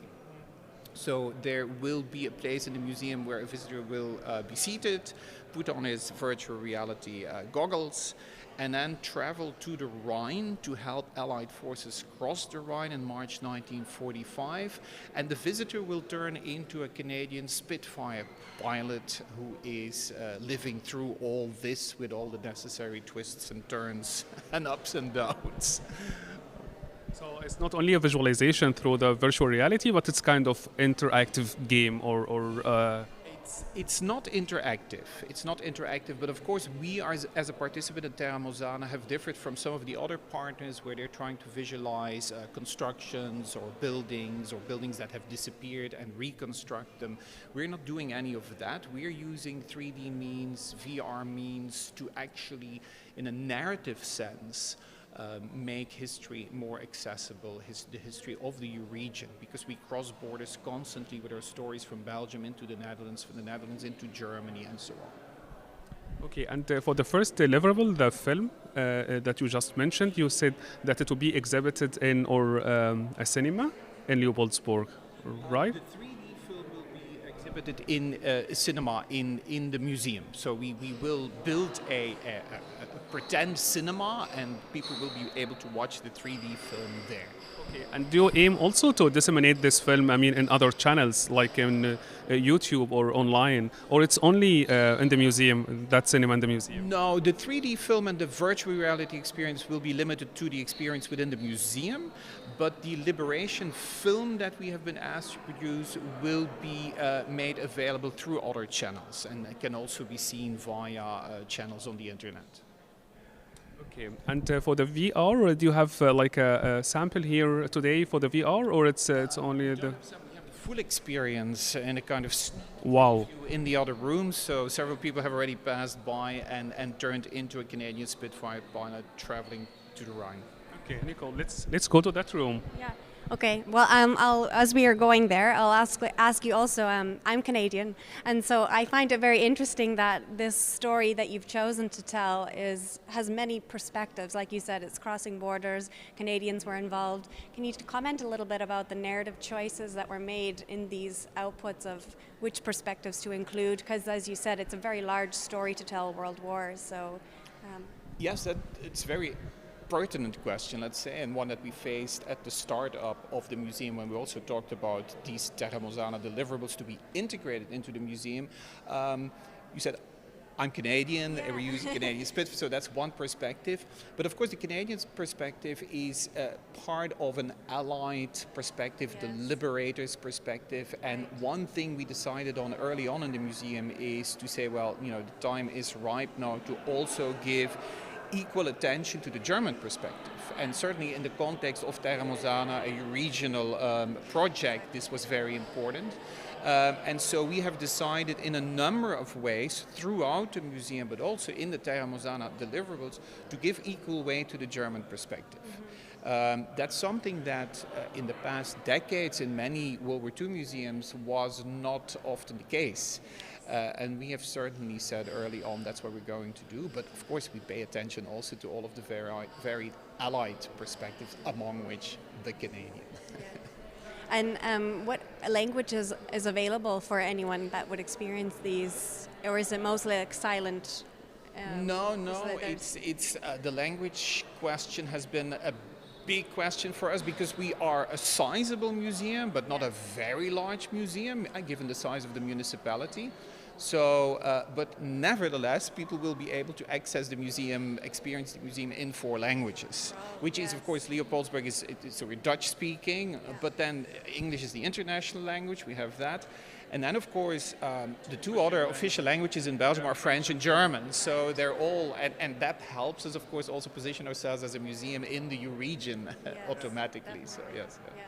Yeah, your project has covered a lot of ground and a lot of complexities that I would imagine made the actual outputs more difficult, because you have to make narrative choices and translate and all of these things that, you know, when you see the final product, some people miss all of the work that goes into just having the translations and making those choices. So I can imagine the complexities behind this project. It is, you know, as an academic historian who's turned to public history now, it's about making choices. It's very much about distilling, which is not always easy, certainly if you have to then also translate the distillation into 3 other languages.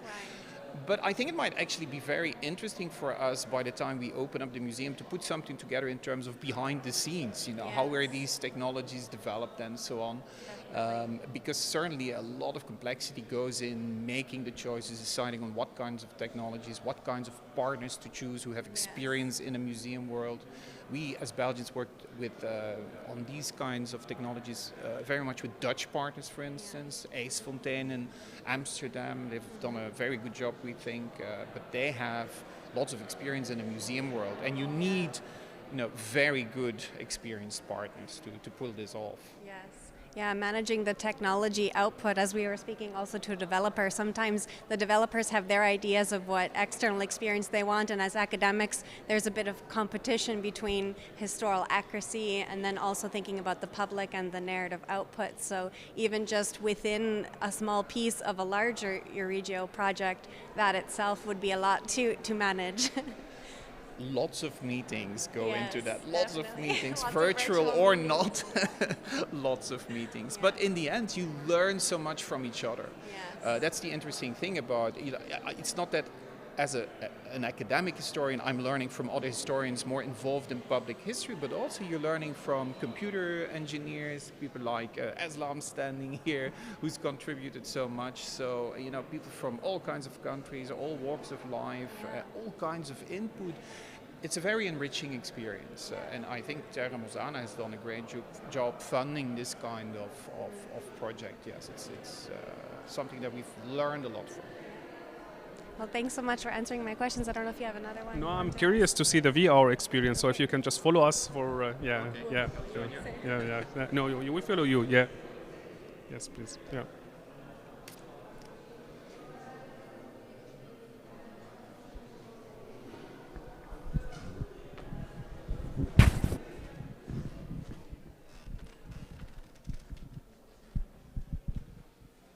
Selected a very historical room for the experience. Yes, Nicole.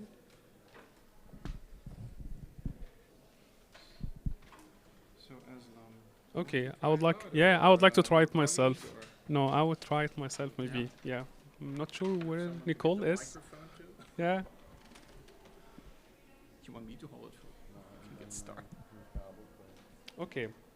I'll try the VR. Yeah. Yes, please. I'll hold it for you. You can adjust the glasses by turning this button. When you put the glasses on, you will be in the hanger.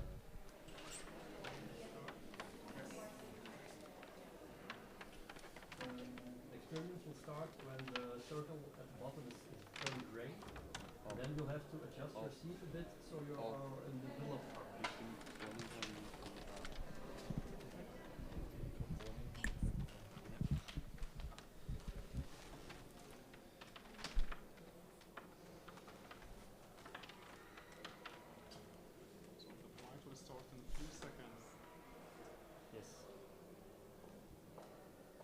go.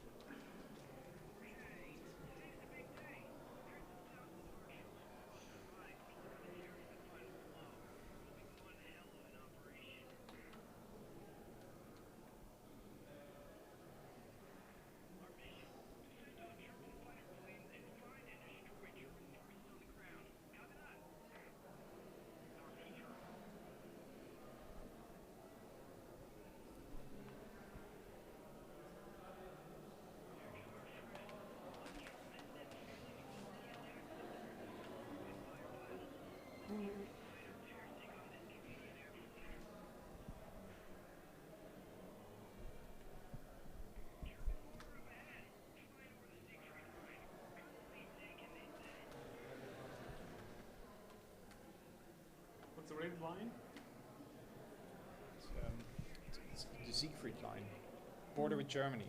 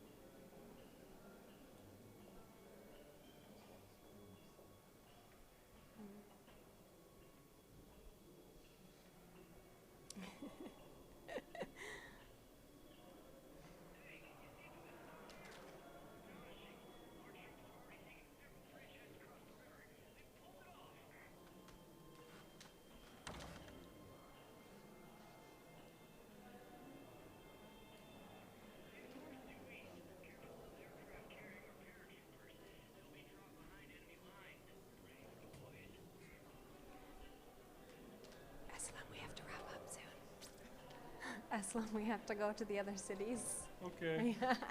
You have to land the plane. Yeah. Or jump out the side of the window with the parachute. Very interesting. Never dull moment with the Canadians. She's like, we're on a timeline. We have 15 minutes to see 3 cities. Okay, let's go to see Maastricht here. Thank you so much. Thank you for dropping by. Yeah. Thank you. It's super interesting. And we would like actually to know more if this enhances the tourism and the dissemination of shared history in the city of to see what it adds to the experience. Yeah. Okay. Drop by. Yeah. Oh well, thank you. Thank you. Thank you. So let's go to the city of Maastricht. Yes.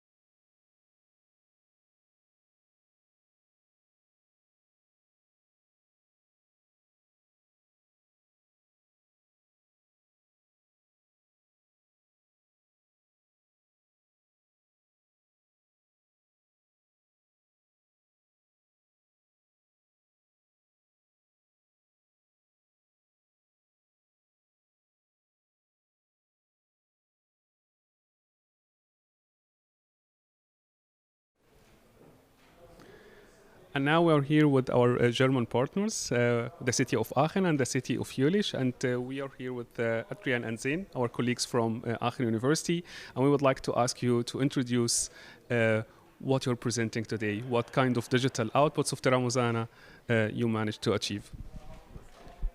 Thanks for having us. So, should I take them? Okay. So, what you're basically seeing here is a point cloud of the inside of the Aachen Cathedral. And if you want to take a look,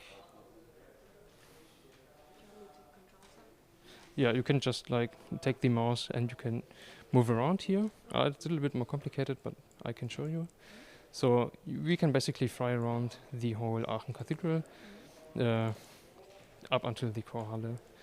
So yeah, part of which is the acquisition of the data and also trying to make it more accessible. This point cloud is consisting of 71 million points. It's okay, don't worry. Which is viable to display on powerful devices, but not so much on smartphones, as it's desired, for example, to make the inside of the Aachen Cathedral and other historic buildings accessible for the wide public. And in order to achieve that, there's a possibility to reduce geometric information such that it can also be displayed on smaller devices, for example, by gathering points, replacing it by geometry that is approximating set points, and then afterwards you will result in a mesh, which is, for example, showcased in the app by Adrian. Okay, so we wanted to show the Aachen Cathedral in a virtual way, so that it's an extension to actually visiting the Aachen Cathedral, and or a teaser, depending on how you look at it. If you use it before, if you use it after. So that will be. Yeah. Thank you. So what we did was we, like he said, we made it available on the mobile device. We have here these, it's the introduction, but we have multiple stations. You can see that here. It's 16, and we can actually move through it like a tour. You can see that here. We are now moving. It will guide us to the throne, and then we get the information about the throne. And we can actually also move ourselves if we want to. Now have to, let's go to the choir. It's here, and now we can see that the scan is in its full glory on the mobile device. We can, let's say we want to see what is happening here. We can tap it, and then we get a small glimpse of the tour and move to it. And here, actually the part about the chairs, what is happening. We added a few more images. There's also some cross-references that we can go like, okay, I want to see this one, and it moves us to it. So there's information about the choir now. So the whole tour is available. You can move around yourself, and we also have augmented reality mode. So if you want to, you can, let's, where is that most impressive? Let's go to the octagon again. We'll move there. Yeah. So and now we can now we are here. We go to the bottom on the ground, and we enable the AR mode. Now we can actually look around, and we could even walk. And now I'm in the middle of the octagon, so if I want to visit that pillar, I actually have to walk there. So I could go there, which I'm not doing now because that's a lot of way, but I can look around, see anything, and see more. So that is how we made it available. Like the tour, you can look around yourself, you can see all the parts. I will get again. You can see all the parts, and it actually runs on the mobile device and will be available later in the App Store. That's super interesting. So what I understand now, that actually you have done a great work for the data acquisition, and then you have the point cloud, you managed to convert it to the 3D model. and then you decided to present this in different modes of interaction, from laptops, from mobile applications, and even with the VR headsets, right? So since you're from an academic institution, maybe I would like to ask you about the user experience. Have you investigated that? Have you investigated the user experience, for example, from these different devices, different modes of interaction? What works best, and what didn't work well with the participants, with the visitors, in terms of usability, in terms of engagement? So you can see here that we actually try to make it as one-to-one as possible when you try to look around. And if you move, you just use a normal zoom-like gesture. We got to that point by actually running a few studies, trying to figure out what would be the best way. We ran a study where we showed the inside of the Aachen Cathedral and an image, and somebody had to find that image. And together with all the restrictions we set, we could figure out what would be the best way of making someone aware of the surroundings while moving around. The most interesting part is that most often you move more like you would normally do physically, so on the ground. But we wanted to be able to actually go to the throne or look at the octagon from near. So that is a three-dimensional movement and 3 dimensions of rotation, and we had to map that somehow to a finger on a screen. And so we had to try different gestures, try different ways of moving the finger on the screen, and then we mapped that, and this was what got us the furthest in the study. So that means you have user testing is not only in the lab with the colleagues or so, but maybe with actual visitors and general public. So, yeah. So we tested it with a broader population, and we actually, because of Corona, we sent out some phones so that anybody could do that in their home. Okay, so that's very interesting. Nicole, do you have more questions to our colleagues from Aachen? Yeah, I'll ask one quick question. I've actually visited Aachen Cathedral myself in person, and I have to say that this is such a realistic image of it. So compared to the other project partners who were reconstructing cathedrals that are no longer existing, can you explain about the level of detail and how you got this into a mobile phone, like just that level of detail? So the level of detail part is his part again. So basically, when you do a high-resolution scan of, for example, the Aachen Cathedral, you have to figure out how to reduce that detail without sacrificing much of the quality. And the idea is that usually geometric detail is not as important as image detail. So what you try is you reduce the geometry at all. So you basically substitute points by approximating polygons, but you try to keep the image quality as high as possible by projecting the images into these polygons. And then afterwards you will end up with rather rough-looking geometry, which doesn't consume a lot of memory, and high-quality images which still feel realistic if you do not look too close on the edges. So maybe if you play around along with the app for a longer while, you will notice that on the edges, and when looking close up, you will see some of the difficulties of that process. But for an overall overview and just like looking around, it will still look realistic enough. Yeah, that's great. Thank you. No problem. So I think we have to go to our next ones to fit the end. But thanks very much. Thank you so much. Yeah, and we're curious actually.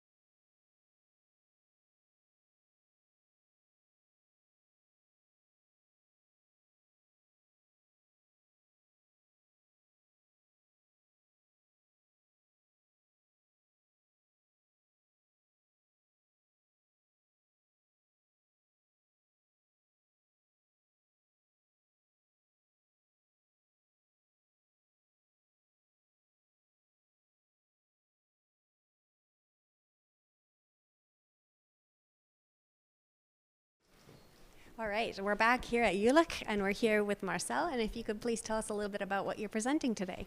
Well, yes, I came out of my fortress today because inside the fortress is not so nice to meet public and persons, and so contact is the main goal of our project, I think. We presented here with this little maquette our fortress as a ground plan and the 4 aspects in the 4 corners what we did in the project. We had a look on the development of fortresses and fortification in the Euregio, and we had a look that literature and scientific publication, which are the basic informations for the digital reconstruction, that this is available, that somebody looking on this digital thing said, why did they do it in such a way that he can go to library and say, yes, I have a look on why did they did this in such a way, why is the reconstruction did in that specific this specific manner, and that the material is available. We have a internet address. You can look what books for Maastricht, for Jülich, for all these locations are available, and you can come and have a look behind the digital reconstruction. So fortresses, scientific basic to research, and we have 2 persons introduced that will give you a glimpse why the story cross borders is not national, but is going through several countries. 2 persons, Saint-Hubert and Minerva. Saint-Hubert, if you call a German one, it's for Schützenvereine. They think we are German Schützenverein from St. Hubertus Schützenverein, and they feel very German. But he is also a very important person for the Ardennen. And so it's not a tradition of German part, of Ardennen part, but it's a European tradition. And by this person, we connect German sites, Lüttich, the cathedral, and the Ardennen. We show that there is a tradition across the borders. Even like Minerva, the Roman goddess, she is a symbol for, like Athena in Greek, for cities or states as a symbol for their identity. She's a national symbol, a symbol to divide, you think. But this is a European tradition. You see that it is very interesting that the way to have such a symbol is connecting all the nations. And so we tell stories across the borders by a female person, by this Minerva, and by this Hubertus. And these are the 4 aspects. As in the middle is our residence. We have a little augmented reality here as a introduction feature. If you look it, okay.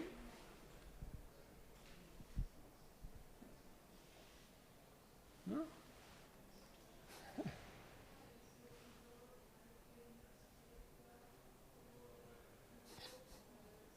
And this installation is like what you have in the museum as well, the setup that we're seeing here? No, I created it just for, in such a way we made it.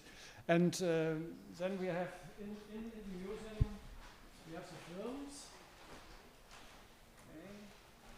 Okay. We have this 3D reconstruction you saw a little bit after this from the center of the residence, and how does it fit with the aerial data and the whole city. This is a short version. And this star pattern is like a military defense. Yes.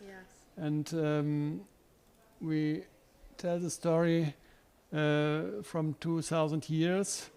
And from the Roman castle through the medieval city, and always the relicts which are there are shown, up to the Renaissance city and its way of defense with modern weapons, and then reach the central building where the museum today is located. This is in short form the history. We did it this way. That's a very dynamic presentation. Aslam, I don't know if you have a final question. I think we need to wrap up to have Vivian have a few closing remarks. But thank you so much for showing us around. Okay, thank you. I would like to thank you so much, and also I would like to let our followers on YouTube know that actually we still have one city more. It's the city of Maastricht. If you'd like to know more about the digital outputs of the city of Maastricht, you can visit our website terramosana.org, and you know more about the digital outputs of the project in general. Yeah, thank you so much. Thank you, Nicole. Thank you.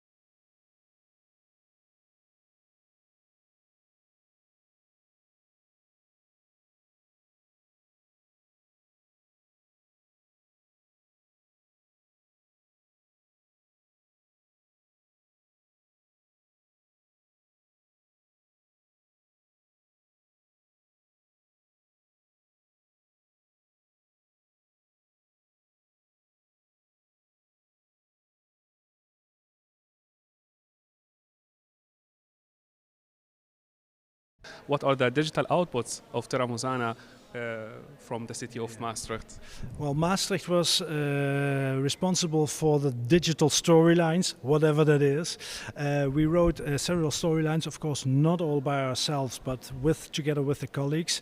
And a storyline is, in fact, something you can write down. So, very old-fashioned, I printed them out because that's also a storyline, but the storylines are based on a certain methodology, and what we did was make it accessible to, well, normal people, that is to say not historians, make it easily accessible and transfer it into sort of historical novel aspects. And that is what we wanted to do, use the digitized model of 1748 of Maastricht, which exists. We completely 3D digitized it. We animated that, and in this huge data source, we really positioned a story about a woman who wants to become a guild member in 1748, a murder which takes place in 1748, a feast in the city, quarrels at the Antonites, a chapter with the monks always arguing amongst each other. So we try to do the normal life, the daily life of those days, in this case 1748, and transfer that into a digital product. And that product is what we are going to serve, to show in Centre Céramique. And we can look at, Natasha, you have the iPad which shows that product. So here's the city, and we have City Hall, of course. And we can walk through the entire city. We can do that today, but later on, when it's in Centre Ceramique, it's projected over the actual physical model. So then you have to stand by the side. So today is very unique thing that we can walk through the model and watch everything from close by. So instead of augmented reality like this with the tablet, I mean, you say that in Centre Ceramique it will be projection mapping, or you will use this. You will use this iPad, and that will project over the physical model, so you can compare and see how far the I don't know how to translate Ommelande, the surrounding area of the model, so the landscape, and you see the actual town hall of this moment is in the background. So it's a combination of reality, virtual reality, and augmented reality. It's a complete mix. And that is something which is, well, it's not possible to see that, and you can really dive into the model and go into, in fact, the structure of the medieval city. So when you start one of the stories, we made sure that every story is very dynamic. It has 6 parts, and every part is visualized differently. We use all different digital techniques like 3D models, but also gaming elements, or you have to look for clues in a virtual environment. So we make sure that you don't get bored. It's meant to be for the young people, and they have like an attention span of 1.5 minutes. So every 1.5 minutes, everything around you changes. And the nice thing is that if you ask them at the end how much time they spent, they would typically say 5 minutes, while they've actually spent 15 minutes in history. And they can answer all the questions about what they saw, which is normally not the case if they have a traditional lecturing class. Interesting. So if it's a game, so that means it's an interactive, it's not a passive visualization. And my question is actually, if people they are going to experience this game, will experience it this individually or like in groups? Per iPad, you can have a maximum of 3 players. Because if you use more, then somebody will be left out. We are standing here with 5. I think that 2 or 3 of us can actually look at the screen. But we have 4 screens around the model, so at any time we can serve up to 12 people. And then if you go on throughout the day, you can still serve a lot of people if they want to see this. So if you come with a class, for example, it will take 1.5 hours to have everybody visit this particular exhibition. But if you have like 6 stories, as you mentioned, and you have 12 participants, they are participating in this story, how can they manage choosing the story? They have to pick one and then return. Okay, yeah. And since the subjects are so close to them, it's about illegally doing something. It's about a murder, which is also very exciting. It's about partying in Maastricht. I could imagine that. No, of course, in 1748. And it's about a monastery where there's arguments, and they are actually fighting with each other, and they get kicked out of Maastricht because they didn't do their job. That can really happen. Okay, so if this type of sensitive history, I mean, it's narrated with different perspectives. How you managed actually to visualize this in one direction, or maybe in different perspectives? Technically seen, you mean, or? No, I mean from the historical background. Well, we did at first a lot of research, and then we had to pick out the attractive elements, because otherwise it would be a story like in 1748 that happened, he did this, she did that. That's not an attractive way of telling history. I would like to call it a sort of educational learning by doing. It must be attractive. We have to keep their focus on the subject, and I think I have another example that is possible with what we are doing. That's an analog play, but it's educational as well. That goes with the exhibition, which is very nearby, the Terra Mosana exhibition. It's a dice game. We have 12 themes for the whole of the Euregio with the most important and distinctive items. There are small, short description on the dice, and every dice side shows an easy and a less easy question. And there's a relation to a map on the floor, and people have to answer the question and go to the right place. So one of the questions is, what was the most important pilgrim attracting town of the Euregio after Maastricht? 3 answers possible, go to the right place. It's a sort of game, it's in English and it's in Dutch. But by answering it, you'll get discussion. The answers are on the side, of course, so you don't have to guess. But it's a way of playing and learning at the same time. It's sort of attractive education.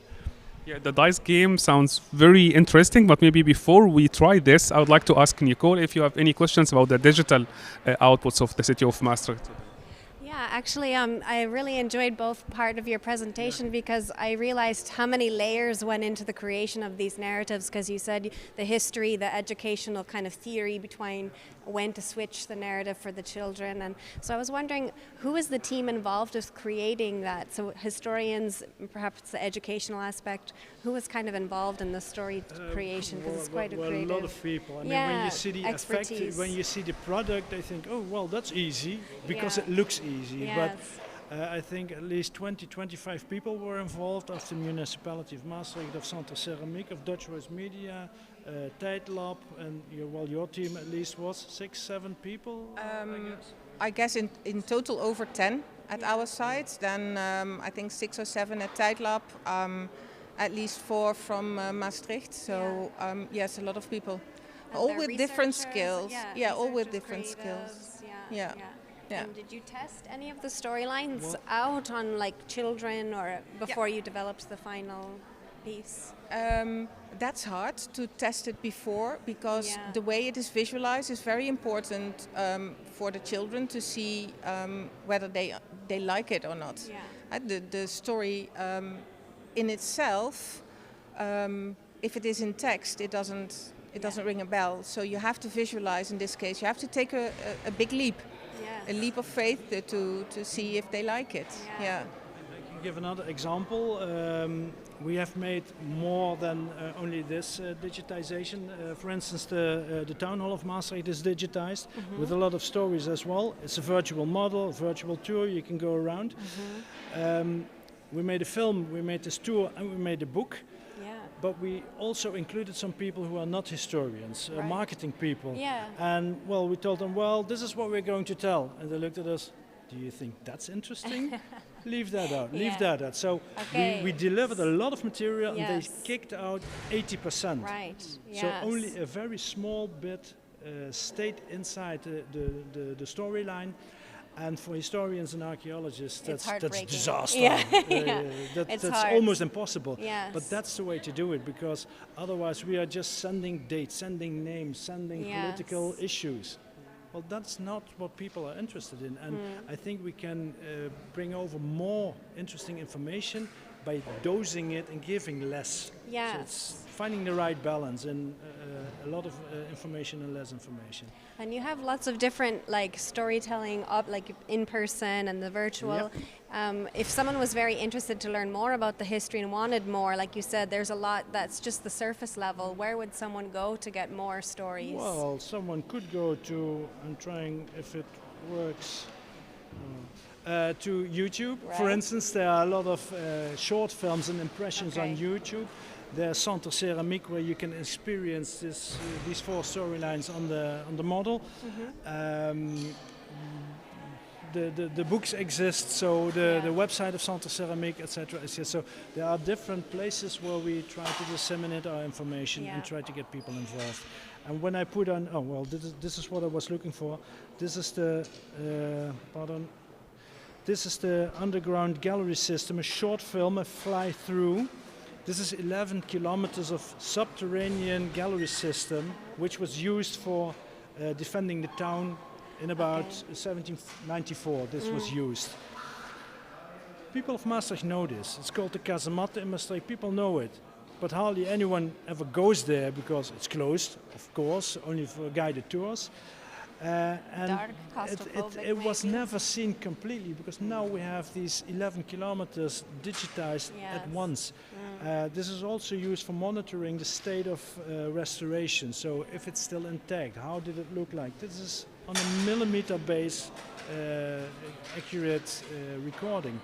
So there are several ways, bookshop, internet, YouTube, Centre Ceramique, several places where people can visit and look at it and enjoy it, because that's the most important. Yes, it's very dynamic and many choices for everyone's taste and all ages as well. So thank you for that. Eslam, do you have any final questions? No, I would like actually to ask about the physical dice. I'm very curious and I would like to know more about this one. This is the exhibition itself is not ready yet, but this is what they are going to build. One piece of furniture with displays, with looking holes, with a lot of information. And what you can see here, the grid of the Euregio is on the floor at the right distances, and this is Maastricht at the center. In Tongeren, the center is over here because that's the Tongeren exhibition, etc. And we are trying to tell the Terra Mosana, the regional story, and focus on the Maastricht story. So a lot of objects which are a Viking sword is in it, some measurement instruments are in it, specifically related to the history of Maastricht. So why? Because we wanted people to enjoy this on a sort of active base. Studio Kernland invented the dice game, and well, you can just it doesn't weigh much. There's text about, in this case, migration is a part of life, about migration in the Euregio. And there's an easy question and there's a specialist question, but when you're interested in innovation, you could always take this side, and the answers are on the white label. So when you do not so here are the answers of easy questions and the specialist questions. From 3 cities, go to the right place on the grid. Okay. And someone else can say, no, you're wrong. It was Maastricht. Okay. So that's the way it functions. And we have these 12 items: urbanization, political infrastructure, religious matters, language, war and peace. The 12 themes of Terra Mosana. Themes, you know them, you've been there. They are being elaborated very shortly, very concise, but I think we did it on an attractive way. And people need to do something at an exhibition. Just read texts and look at pictures, that's not enough anymore. That's super interesting. And when the Maastricht exhibition will be ready? 2-3 weeks. They are building it right now. These have been delivered yesterday. The Dutch version is not finished yet. In 2-3 weeks it will be ready, and the official opening in Centre Ceramique of this exhibition, of the experience and of the complete 4th floor with cultural heritage, will be on the 26th of November. Yeah. So just wait a moment now and then everything will be ready. Okay, thank you so much, Eric, and also would like to thank Natasha. Yeah, thank you so much. Yeah, thank you, Nicole. Yes. Yeah. Thank you, Eslam and Nicole, for the tour. I hope you all had a nice insight into our case studies, and of course we would like to welcome you to the online conference, which starts tomorrow on collaboration, and the next couple of days on Thursday and Friday for different panel sessions. That's it for us now from Maastricht, and we hope you enjoyed the day, and we look forward to seeing you either online or at any of the events of Terra Mosana in the future. Thank you for your attention. Bye.